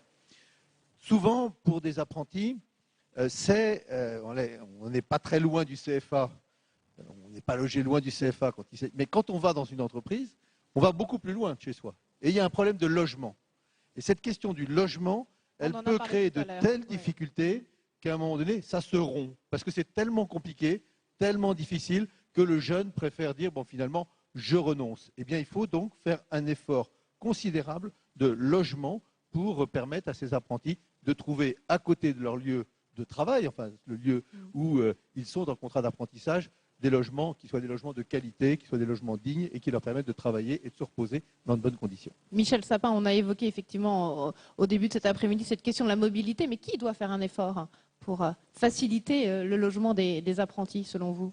C'est à la fois du côté, évidemment, des CFA, mais du côté des collectivités territoriales. Et beaucoup de collectivités territoriales, je pense en particulier aux régions qui ont une responsabilité qui est renforcée encore dans le texte de cette loi, c'est aux régions d'avoir aussi des programmes d'accompagnement qui permettent de construire dans les villes où il y a le plus d'activités ou à proximité de zones où il y a des activités, plus de logements qu'aujourd'hui pour les apprentis. Alain Griset, peut-être pour compléter, si vous en avez envie, les propos du ministre sur comment fidéliser les relations entre apprentis et entreprises. Quelles sont les pistes sur lesquelles vous travaillez dans les chambres de métiers?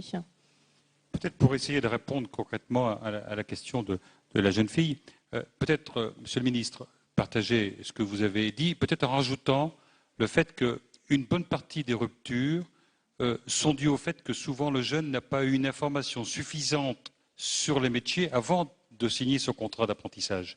Et qu'il est dans cette période des premiers mois, qui est la période d'essai, il découvre un métier, il se rend compte que pour lui, ce n'est pas tout à fait le métier qu'il souhaitait faire, ou ce ne sont pas les conditions d'exercice qu'il souhaitait, et à ce moment-là, on arrive à la rupture.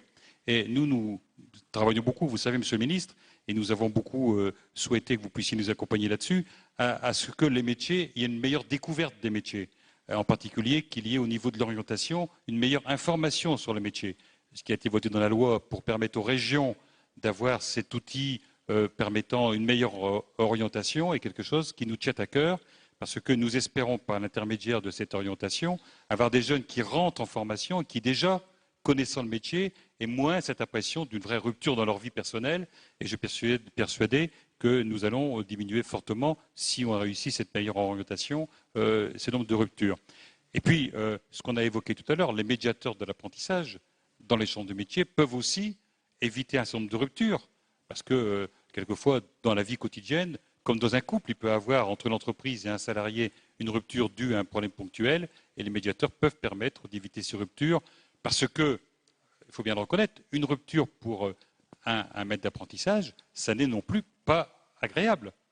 Ça peut aussi amener au prud'homme, ce qui n'est pas naturellement la solution souhaitée, et donc nous faisons tout ce qu'on peut, aussi bien au niveau des maîtres d'apprentissage que pour les chambres de métier, pour éviter ces ruptures qui sont globalement quelque chose qui n'apporte rien à personne de positif.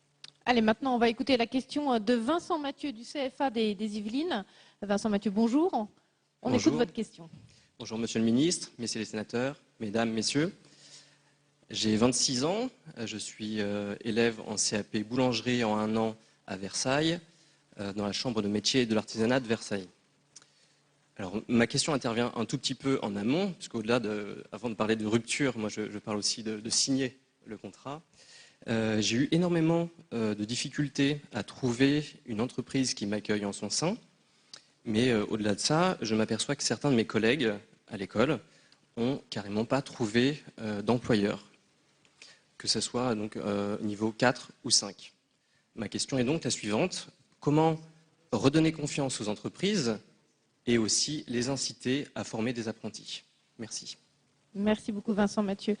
Claude Jeannereau, vous répondez à Vincent, comment donc redonner confiance aux entreprises? Alors, dans sa réponse tout à l'heure, Monsieur le ministre a déjà anticipé sur les éléments de cette question. Je crois 3 éléments à souligner. D'abord, nous pouvons vérifier que le monde de l'apprentissage n'est pas un monde à part, protégé du reste de l'univers. Il est soumis naturellement aux aléas de la conjoncture économique. Donc le meilleur moyen de garantir le développement et le succès de l'apprentissage, c'est naturellement de retrouver les voies de la croissance.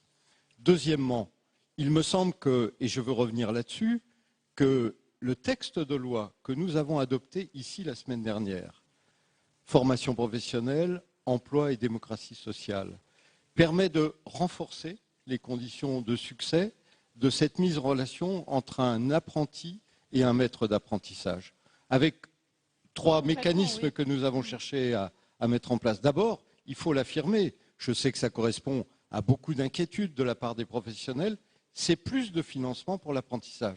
Parce que nous portons collectivement une ambition, c'est 500 000 apprentis à l'horizon 2017.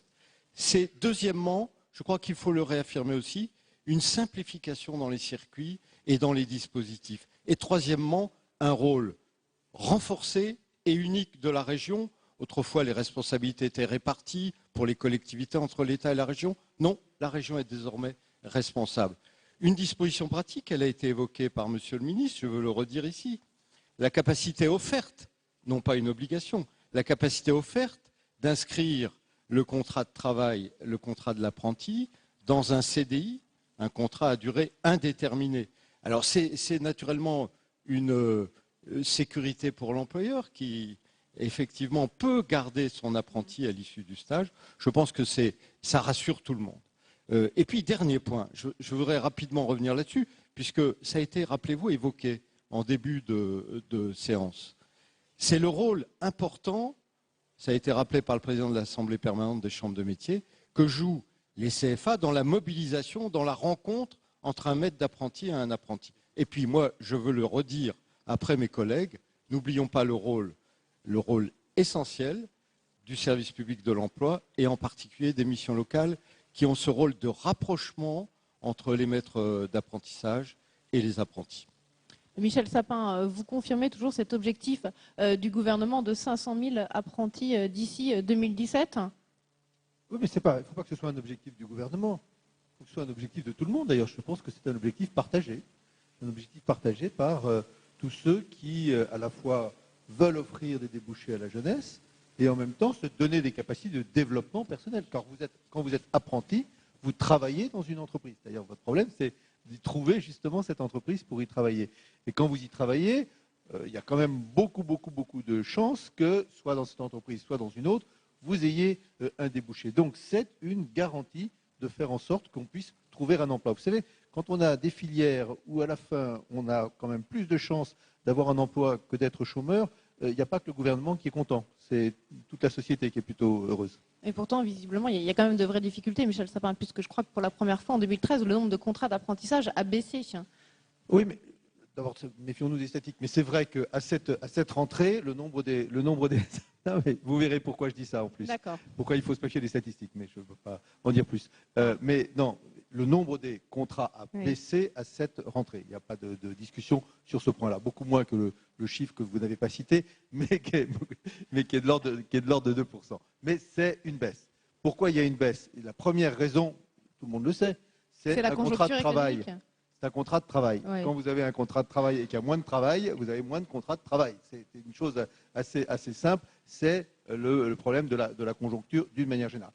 Deuxième chose, il faut, et c'est un des objectifs de cette réforme, concentrer l'argent de l'apprentissage sur l'apprentissage. Nous y avons beaucoup travaillé avec l'ensemble des partenaires et tout particulièrement avec le réseau des chambres de métiers. Il y a trop d'argent de l'apprentissage qui se perdait dans autre chose que de l'apprentissage. Donc il faut concentrer cet argent au profit de l'apprentissage. Quand je dis l'apprentissage, c'est le maître d'apprentissage, l'entreprise et l'apprenti lui-même qui doit pouvoir en bénéficier. Par exemple, on en parlait avec le développement de programmes de logement.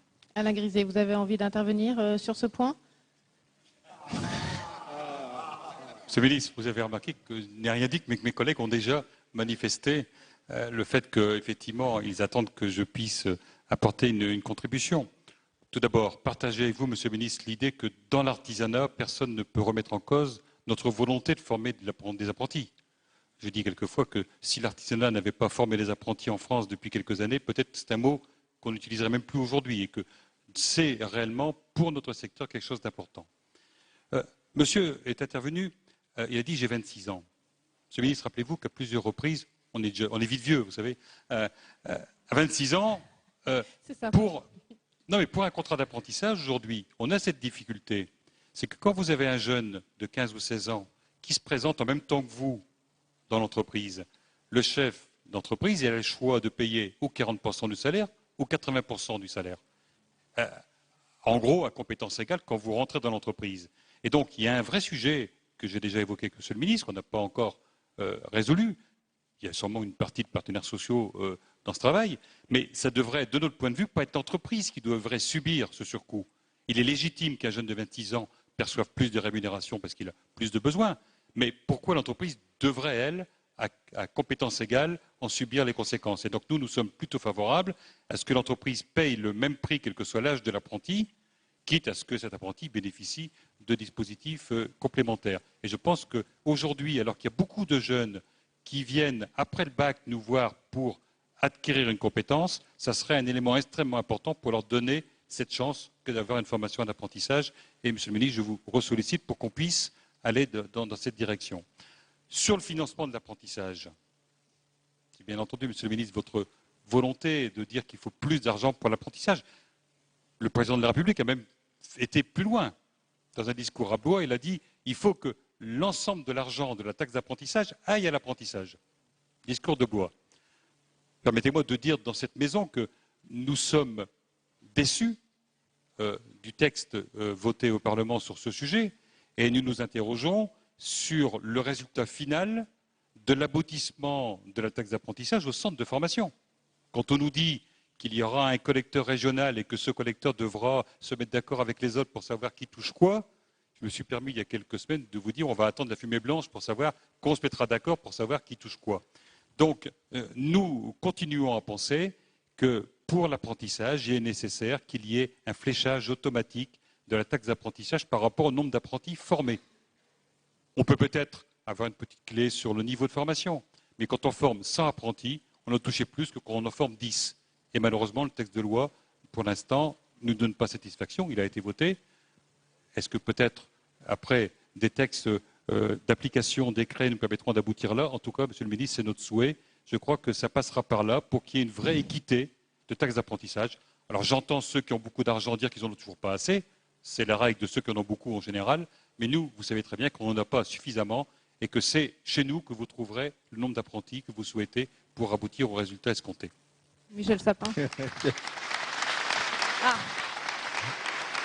Je ne vais pas continuer le débat pour ne pas embêter les uns et les autres avec uniquement des questions d'argent. Il y a aussi l'amour dans la vie, pas seulement l'argent, n'est-ce pas, Monsieur le Président? Mais là, on parlait d'argent. Mais vous parliez des plus riches. Alors, vous savez, il y a deux types de catégories, parce que tout le monde se plaint toujours. Hein. Mais donc, dans le monde de l'apprentissage et des grands collecteurs, il y a deux catégories. Il y a ceux qui disent « j'avais plus d'argent, on m'en a retiré », et ceux à qui on en donne un peu plus et qui disent « on n'en a pas suffisamment ». Vous faites partie de la deuxième catégorie. La première catégorie, vous la connaissez très bien, parce que vous l'avez fréquentée, nous avons rencontré ensemble. C'est ceux qui gèrent de grandes écoles où il n'y a pas un seul apprenti et qui pourtant bénéficiaient de la taxe d'apprentissage. Quand je dis il faut que l'argent de l'apprentissage aille à l'apprentissage, c'est bien évidemment au détriment, j'allais dire, de ceux-là, mais ceux-là ne font pas d'apprentissage.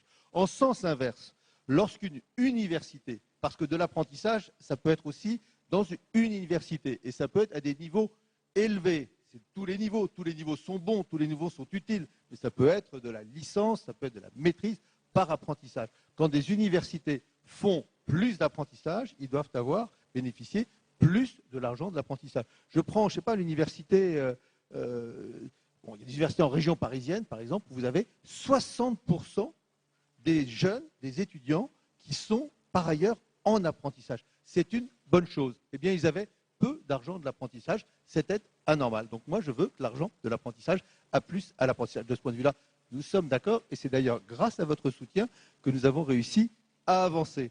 Après, il y a ceux qui disent, mais on aurait pu aller encore un peu plus loin. Vous en faites partie. Il y a ceux qui disent, vous êtes déjà allé beaucoup trop loin. C'est ça l'équilibre gouvernemental.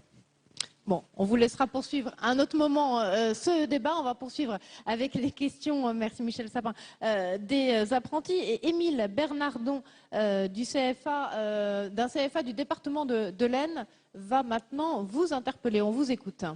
Bonjour à tous. Bonjour. Alors, je me présente. Je suis en bac pro maintenance automobile de la Chambre des métiers de l'Aisne. Et la question est la suivante. Comment faire changer les idées reçues des employeurs des TPE et PME qui pensent qu'au-delà du CAP et après 18 ans, le fait de prendre un apprenti serait trop onéreux par rapport au temps passé en entreprise? Merci pour cette question très précise et concrète. C'est Annie David, la présidente de la Commission des affaires sociales du Sénat, qui va vous répondre. Annie David. Oui, cette question est en effet très précise, mais je crois que M. Grisel a un petit peu effleuré dans la réponse précédente. Et en effet, les idées reçues, vous avez raison, on la vie dure. Et je pense que c'est ensemble, les apprentis, les maîtres d'apprentissage, mais aussi les entreprises et donc les TPE, les PME, qu'il faut que nous fassions la peau à ces idées reçues, parce qu'en effet, je crois que c'est bien ensemble que nous arriverons à dire qu'un apprenti, c'est vrai, un apprenti, M. Griset venait d'en parler, un apprenti de plus de 18 ans ou de plus de 20 ans, eh bien, n'aura pas tout à fait le même salaire qu'un apprenti plus jeune, mais en même temps, cet apprenti, moi je suis persuadée qu'il amène plus de choses, justement par ses connaissances, ses compétences et sa maturité peut-être qu'un plus jeune apprenti. Il apporte beaucoup plus de choses à l'entreprise et de ce fait, eh bien, il sera rémunéré à une hauteur un peu plus haute qu'un plus jeune apprenti, mais il faut penser il faut penser au-delà du coût du salaire de l'apprenti, il faut penser à l'investissement que cela représente pour l'entreprise et je pense que l'entreprise est gagnante, quel que soit le salaire qui sera versé à cet apprenti. Si cet apprenti est plus âgé, s'il a plus de connaissances, plus de compétences, il aura plus de savoir à apporter à l'entreprise et de fait, l'entreprise sera gagnante. Donc c'est ensemble, vous les jeunes apprentis, mais aussi les chefs d'entreprise, qu'il faut que nous fassions passer cette idée-là, que ces apprentis ne sont pas plus chers et qu'il faut aussi leur donner leur chance et qu'il faut aussi leur donner la possibilité d'exprimer leurs talents et leurs compétences au service de l'entreprise. Merci Annie David. Allez, on enchaîne tout de suite avec la question maintenant d'Anthony Rodriguez dans le Val-de-Marne. Bonjour Anthony, on vous écoute. Bonjour mesdames, messieurs. Je me présente, Anthony Rodriguez, première bac pro ELEC. Je fais partie de la Chambre des métiers du Val-de-Marne au CF1 de Saint-Maur. Et ma question est-il possible d'envisager une réforme qui tienne compte de l'évolution des compétences nécessaires pour exercer un métier d'avenir? Donc, c'est-à-dire, les métiers d'avenir, dans mon métier, c'est l'électricité, c'est un métier assez vaste, et qui comprend la domotique, qui est l'avenir en électricité, les énergies renouvelables aussi, et le développement durable. Voilà. Alors, c'est Michel Sapin, le ministre, qui va vous répondre. Et puis les autres aussi, bien sûr. D'abord, vous donniez votre définition du métier d'avenir. Je vais essayer aussi, moi, de donner la mienne. Elle n'est pas forcément différente de la vôtre. Mais il y a des métiers qui sont des très anciens métiers et qui ont beaucoup d'avenir. Donc, il faut faire attention. Un métier qui a de l'avenir, pour moi, c'est quoi? C'est un métier qui donne des débouchés et des débouchés durablement. C'est-à-dire pas simplement pendant 2 ans, mais pendant toute une carrière. Il y a donc des métiers très anciens. On voyait, je sais pas, un boulanger. Ce sont des métiers qui sont extrêmement utiles, qui peuvent se renouveler dans leur technique et dans leur technologie, donc il faut y faire attention, il faut s'adapter à cela, mais qui sont des métiers extrêmement porteurs pour demain. Il y a même des métiers de service aux personnes qui sont des métiers qui vont se développer dans les années qui viennent. Donc cela, il ne faut jamais les oublier. Il y a aussi des métiers nouveaux. Oui, il ne faut jamais oublier cela. Pardon de commencer par cela.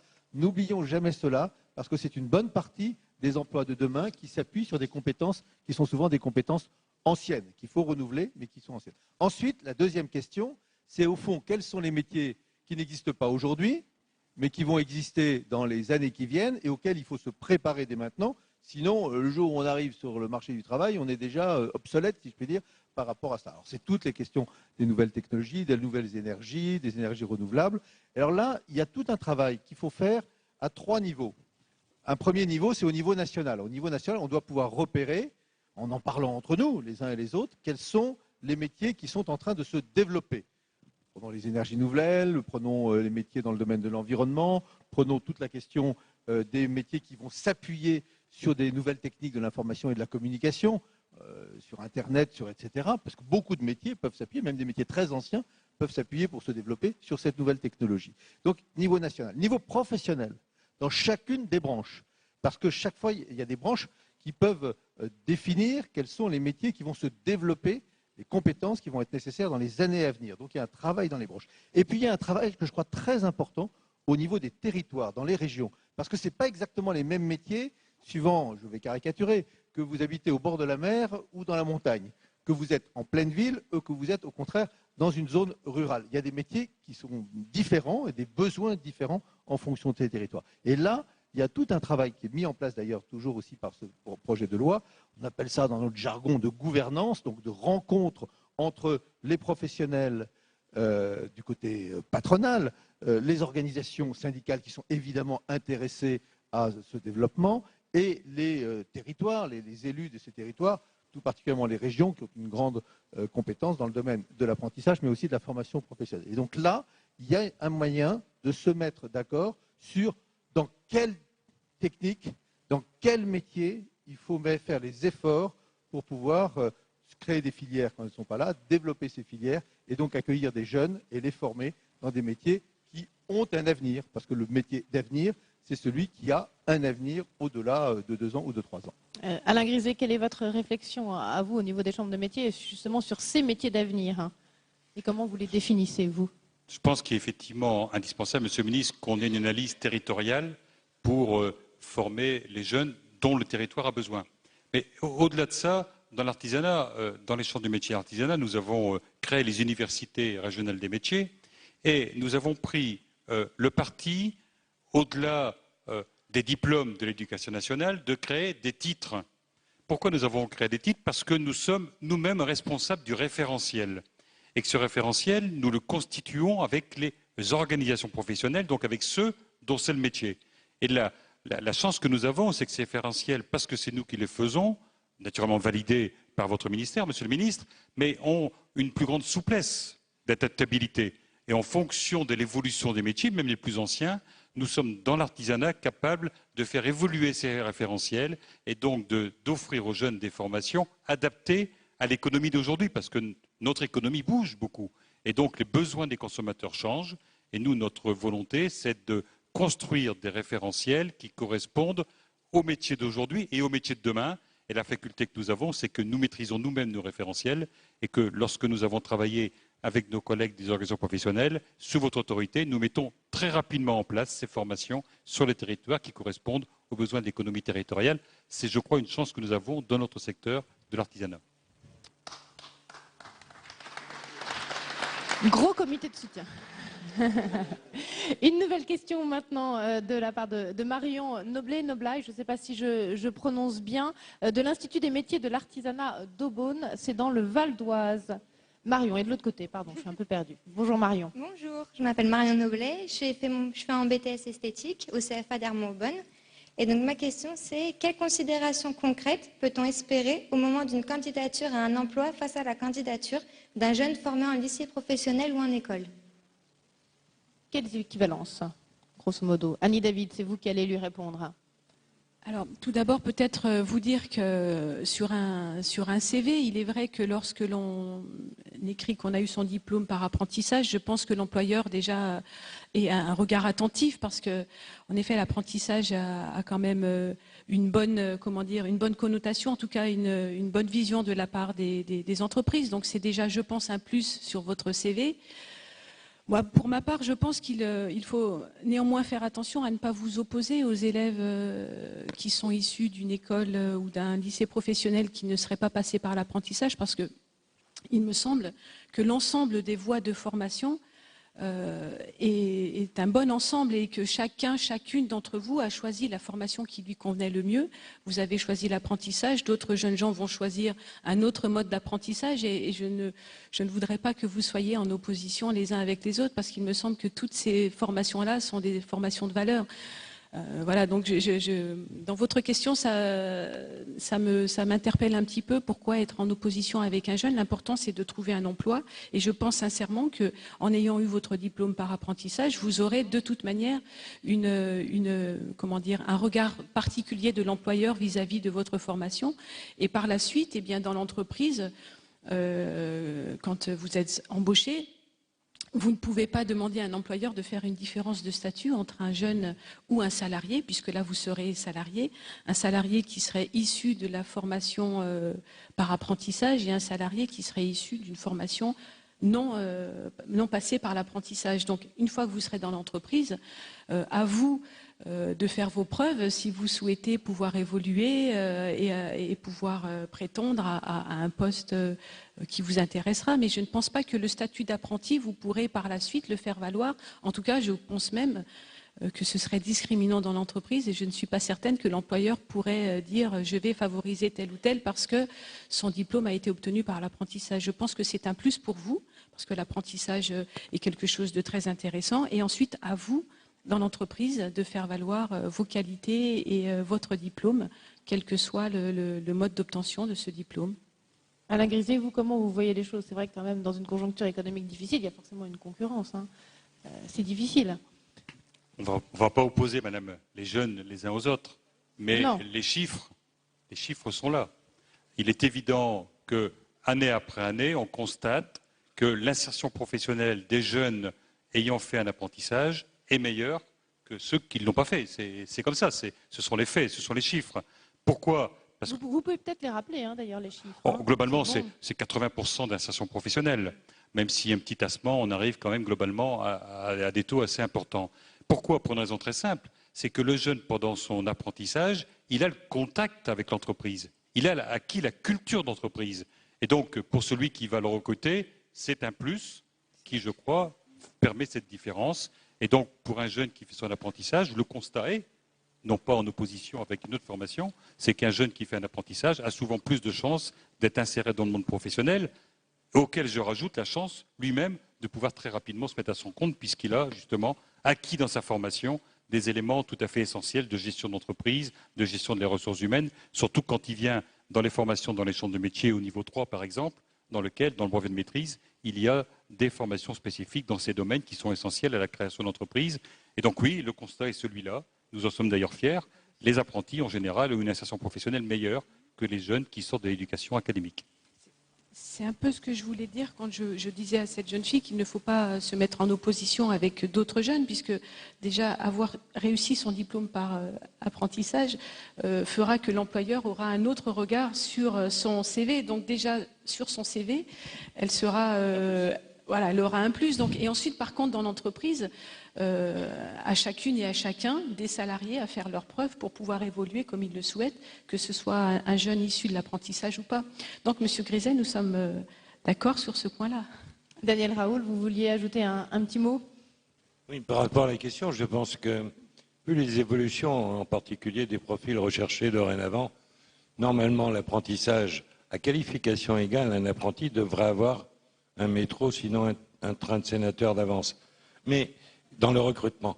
Mais simplement, moi je pense que vu l'évolution dans les entreprises, il n'est pas non plus inintéressant de faire ce qu'on appelle l'hybridation en tous les cas, d'avoir des gens venant de formations un peu différentes.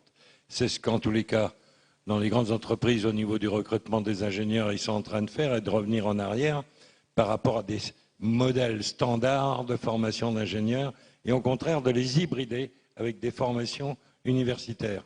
C'est ce qui se pratique en général dans les technopoles, etc. C'est-à-dire d'avoir éventuellement un binôme, une entreprise qui recrute 2 jeunes, avoir un venant de la voie de l'apprentissage, l'autre de la voie d'un LEP, etc. et de regarder est-ce qu'il y a une complémentarité, une valeur ajoutée en les mettant ensemble en binôme. En tous les cas, je le constate à un autre niveau, mais je suis persuadé qu'il y a des choses à faire. Merci Daniel Raoul. Allez, dernière question maintenant. Elle nous vient de Florian Boucher du CFA de la Chambre des métiers de Seine-et-Marne. Florian, voilà, vous êtes derrière moi, je ne vous voyais pas, on vous écoute. Alors bonjour à tous, je m'appelle Florian Boucher, je suis apprenti en baccalauréat commerce à la Chambre des métiers de Seine-et-Marne. Je me permets donc de vous interpeller sur le point qui est le suivant. Les maîtres d'apprentissage constituent le pilier de notre formation. Nous passons la moitié de notre temps en entreprise et pourtant, j'ai pu constater un réel manque de pédagogie de la part de mon maître d'apprentissage et de temps m'étant consacré. Par quelles mesures pouvez-vous améliorer leur formation afin de nous garantir une véritable qualité et renforcer les transmissions des savoir-faire? Merci Florian. C'est le sénateur Claude Jeannereau qui va vous répondre. Merci. S'il y a une affirmation que personne ne contestera dans cette Assemblée, c'est le rôle central, voire décisif, que joue le maître d'apprentissage. Pourquoi? Lorsqu'un jeune choisit la voie de l'apprentissage, il ne choisit pas seulement un système de formation, il choisit d'abord un métier. Et ça, c'est essentiel dans la démarche. Et le maître d'apprentissage deviendra donc le modèle qui aura la lourde responsabilité de transmettre, c'est le mot-clé, de transmettre ses savoir-faire, de transmettre les gestes professionnels qui feront de cet apprenti un professionnel accompli. Et cette transmission du concret, du pratique est tout à fait importante. Et on voit bien donc l'importance du maître d'apprentissage. Et le plus souvent, ce qui est décisif, et c'est le cas, c'est la passion que le maître d'apprentissage va mettre dans l'exercice de son métier et qu'il va communiquer aux jeunes apprentis. Mais en même temps, on sait bien que malgré cette passion, malgré ce professionnalisme, la pédagogie, elle n'est pas innée. Et il est nécessaire que le maître d'apprentissage renforce ses qualités pédagogiques. Voilà une question dont les chambres de métiers se sont emparées depuis bien longtemps, il faut le souligner, et le législateur aussi. Ça me permet de profiter de cette question pour rappeler que la loi que nous venons de voter la semaine dernière, précisément, renforce cette dimension en invitant les branches à créer les conditions permettant de renforcer cette compétence pédagogique des maîtres d'apprentissage. Et moi, j'espère que les branches vont s'emparer de cette possibilité pour précisément avancer et nous faire progresser sur ce terrain. Alain Griset, vous aviez envie d'ajouter un mot sur cette dernière question? Non, je pense qu'on est d'accord que la pédagogie n'est pas quelque chose qui est donné à chacun. On peut être un très bon professionnel et avoir une difficulté de transmission de son savoir. Notre volonté au niveau des chambres du métier de l'artisanat, c'est de permettre à chaque maître d'apprentissage d'avoir régulièrement, tous les ans, tous les 2 ans, un aspect spécifique de formation. Il faut naturellement qu'on trouve, Monsieur le Ministre, les moyens pour qu'il y ait cette incitation à la formation, qui ne peut pas être une obligation, mais à partir du moment où on aura un plus à l'incitation à la formation, on pourra développer encore plus la formation des maîtres d'apprentissage, et je pense qu'on ira dans la direction souhaitée par le législateur, par le gouvernement et naturellement aussi par les jeunes. Merci Alain Griset. Est-ce qu'un de vous a envie d'ajouter un mot sur ce dernier point? Non. Écoutez, merci aux 14 apprentis qui ont interpellé les parlementaires, le ministre et Alain Griset lors de cet après-midi. On va maintenant écouter le discours de clôture du ministre Michel Sapin pendant qu'on installe votre petit pupitre. Voilà, en tout cas, je remercie Annie David, Daniel Raoul, Claude Jeannereau et bien sûr Alain Griset d'être intervenus pour répondre à ces dernières questions des apprentis. Et on va laisser donc la parole à Michel Sapin pour conclure cet après-midi de rencontre autour de l'apprentissage. On vous écoute, Monsieur le Ministre.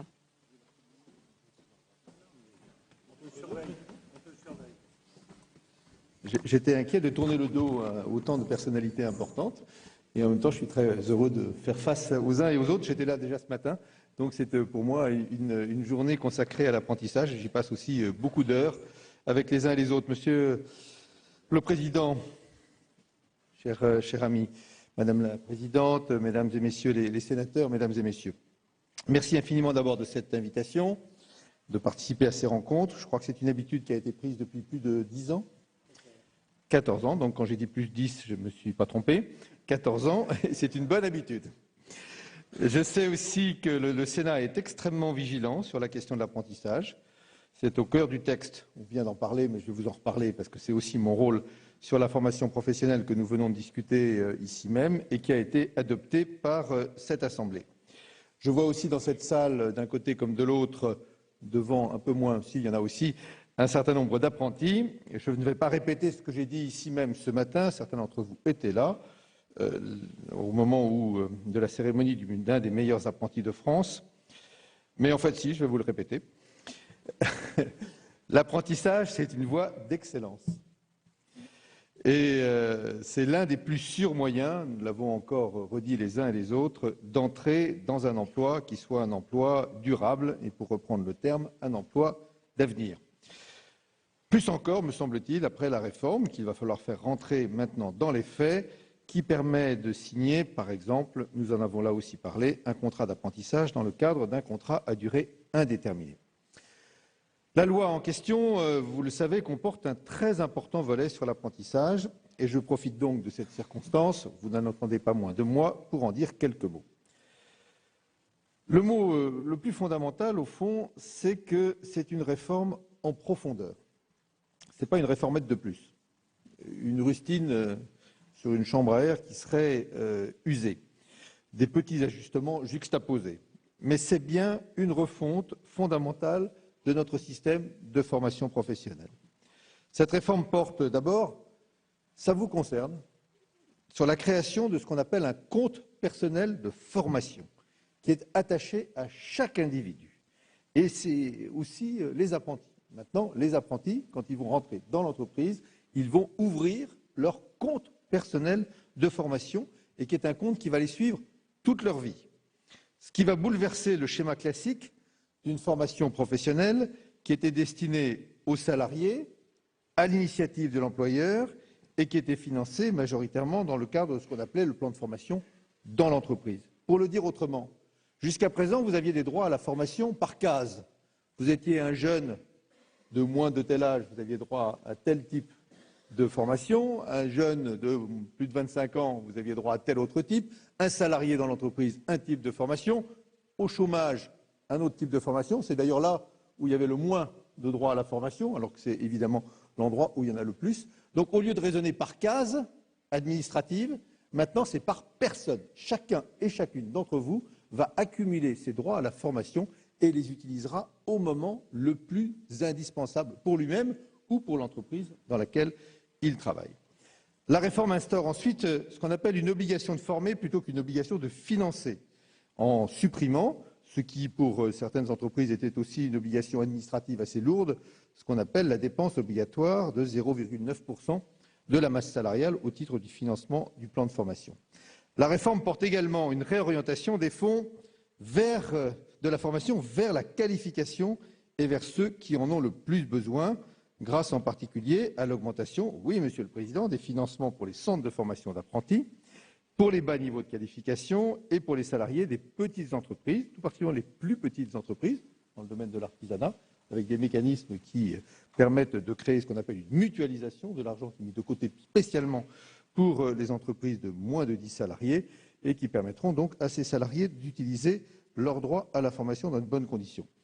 J'ajoute aussi une simplification radicale du système de collecte qui pose question aux uns et aux autres, mais ce système plus simple de collecte permettra d'affecter et de mobiliser les fonds de manière plus prioritaire sur la formation elle-même, sur les besoins des apprentis et pas simplement sur des frais de fonctionnement qu'il faut faire diminuer, là aussi, comme partout ailleurs, le plus possible.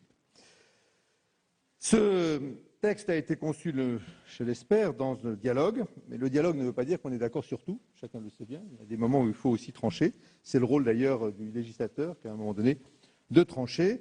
La réforme s'inscrit dans un accord qui avait été signé au niveau interprofessionnel, au niveau national, le 14 décembre dernier. Mais tous les autres sujets, tout particulièrement ceux qui touchent à l'apprentissage, ont donné lieu à beaucoup de discussions et de débats entre nous.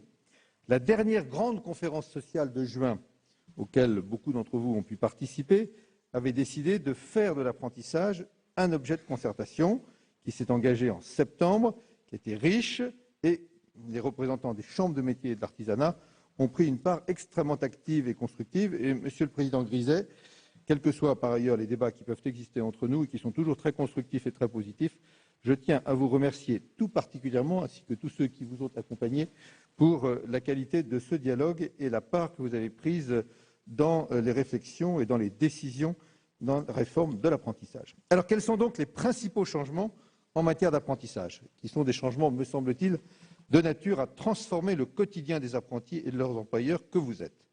Il y a 4 grands registres. D'abord, plus de moyens pour l'apprentissage, je vais y revenir, une répartition plus concentrée de ces moyens, une simplification du système de collecte et enfin une sécurisation du parcours des apprentis. Rapidement. Plus de moyens pour l'apprentissage.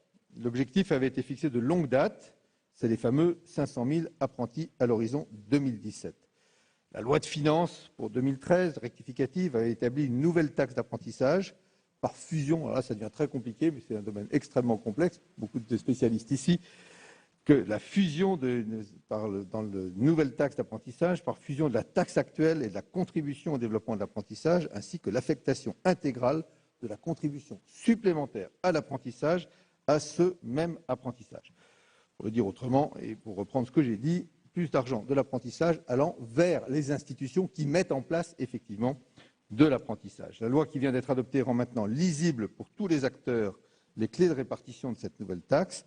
L'édifice sera parachevé, parce qu'il reste encore un élément, vous y faisiez allusion, par la création dans la prochaine loi de finances de la fraction régionale de cette taxe, fraction régionale qui devra être intégralement utilisée pour l'apprentissage. Et la loi y veillera. En clair, et pour le dire plus simplement, je le répète une fois encore, le produit de la taxe d'apprentissage ira désormais bel et bien davantage à l'apprentissage. Deuxième grand principe, une répartition plus concentrée des moyens qu'on appelle les fonds libres de la taxe d'apprentissage. Vous savez qu'il y a une liberté d'affectation des entreprises qui n'est pas mise à mal par le texte, mais qui est préservée dans son principe et qui est développée. Se pose la question de la répartition des fonds de la taxe non affectés par les entreprises. C'est un sujet qui est sensible, mais qui devrait trouver une réponse, car il n'est pas possible de laisser chacun face à son sort et que les plus riches s'en sortent mieux et que les plus pauvres se noient, ce qui est assez souvent le cas. Et c'est pourquoi je suis très attaché à 2 dispositions de la loi. Celle qui prévoit l'établissement d'une méthodologie de calcul des coûts par apprenti, parce qu'il y a parfois des disparités considérables d'une région à l'autre sur le calcul du coût d'un apprenti, ce qui crée des disparités. Et je sais que vous y êtes, dans les chambres de métiers, particulièrement attachés. Et moi, je serai très attentif à la mise au point de ces méthodes de calcul des coûts par apprenti. Ensuite, deuxième disposition à laquelle je tiens beaucoup, une concertation obligatoire entre les OCTA, les régions et les partenaires sociaux. J'y ai fait aussi allusion, en particulier au niveau des territoires. Troisième grand principe, un système de collecte qui soit plus efficace. Aujourd'hui, il y a 147 organismes collecteurs de la taxe d'apprentissage. Ils sont non seulement trop nombreux, me semble-t-il, mais en plus, ils se mettent en concurrence les uns avec les autres. On me racontait que telle ou telle entreprise pouvait être sollicitée par plus de 20 octas différents qui viennent en disant « c'est moi le meilleur, non, c'est moi ». Non, je suis pour la concurrence, mais enfin, il vaut mieux que ce soit ordonné, surtout quand il s'agit de récupérer de l'argent qui est de l'argent au bout du compte obligatoire et qui doit aller à l'intérêt général. La loi apporte sur ce registre des changements fondamentaux. Au plan national, seuls les OPCA pourront solliciter une habilitation et collecter et répartir la taxe. Au plan régional, sera créée une OCTA unique et interconsulaire. Je pense que ça peut poser des difficultés, mais je sais aussi que vos collègues, Monsieur le Président, ont parfaitement la capacité à se mettre d'accord entre elles. J'ajoute, dernier point, la sécurisation des parcours des apprentis. Les difficultés actuelles, nous venons d'en parler, des apprentis sont connues. Il est vrai que des employeurs sur certains métiers peuvent rencontrer des difficultés pour recruter un apprenti. Le cas dominant est très exactement l'inverse, celui du candidat à l'apprentissage qui ne trouve pas d'employeur. Nous savons que la majorité des CFA prennent aujourd'hui en compte cette difficulté et agissent pour résoudre ces difficultés au cas par cas. Et il nous a semblé nécessaire d'inscrire ce rôle, l'accompagnement des CFA dans la loi, aux côtés des autres missions, dont l'une est particulièrement importante, offrir aux apprentis cet accompagnement pour résoudre des difficultés d'ordre social ou d'ordre matériel. Derrière chaque apprenti, il y a certes un jeune qui veut apprendre, mais il y a aussi un jeune qui a ses propres difficultés et qu'il faut aider à résoudre ces difficultés personnelles ou matérielles pour lui permettre de se consacrer dans de bonnes conditions à son apprentissage. Je cite encore, en termes de sécurisation, le contrat à durée indéterminée dont nous avons déjà parlé. Voilà, mesdames et messieurs, à très grands traits, et pour ne pas vous embêter plus longtemps, ce que contient pour l'apprentissage cette belle loi qui vient d'être adoptée et qui sera publiée dans les heures qui viennent. J'ai la conviction qu'elle portera de beaux fruits, qui pourront être plus beaux encore si chacun, les acteurs de l'apprentissage, saisit comme il convient l'opportunité de cette loi, mais aussi l'opportunité plus globale du pacte de responsabilité qui est en train de se préparer et dont les partenaires sociaux discutent aujourd'hui. Je crois même qu'ils ont terminé d'en discuter en trouvant un accord entre eux pour mettre en place un pacte de responsabilité qui engage les uns et les autres vers l'avenir, vers le développement économique et vers la création d'emplois. Je suis persuadé que la formation professionnelle des jeunes, tout particulièrement dans le cadre de l'apprentissage, peut et doit constituer l'un des éléments centraux de ce pacte de responsabilité. Et j'ai la conviction en particulier que les branches professionnelles sauront se mobiliser aussi leurs entreprises, parce qu'elles sont plus proches des entreprises au sein des branches que l'on peut l'être au niveau purement interprofessionnel, dans ce nouvel élan en faveur de l'apprentissage qui ne s'effondre pas, mais qui rencontre aujourd'hui des difficultés, et donc il faut aider à se développer. Parce qu'un pays qui avance est un pays qui se préoccupe de la formation de la jeunesse pour sa compétitivité et la compétitivité de chacune économie, comme pour chacun de ceux qui y travaillent, que chacun puisse se réaliser. J'ai confiance dans cette réforme, j'ai surtout confiance en vous tous et j'ai la conviction que les chambres de métiers et d'artisanat, comme elles l'ont toujours fait, tiendront une place centrale dans la construction de cet avenir. Je vous remercie.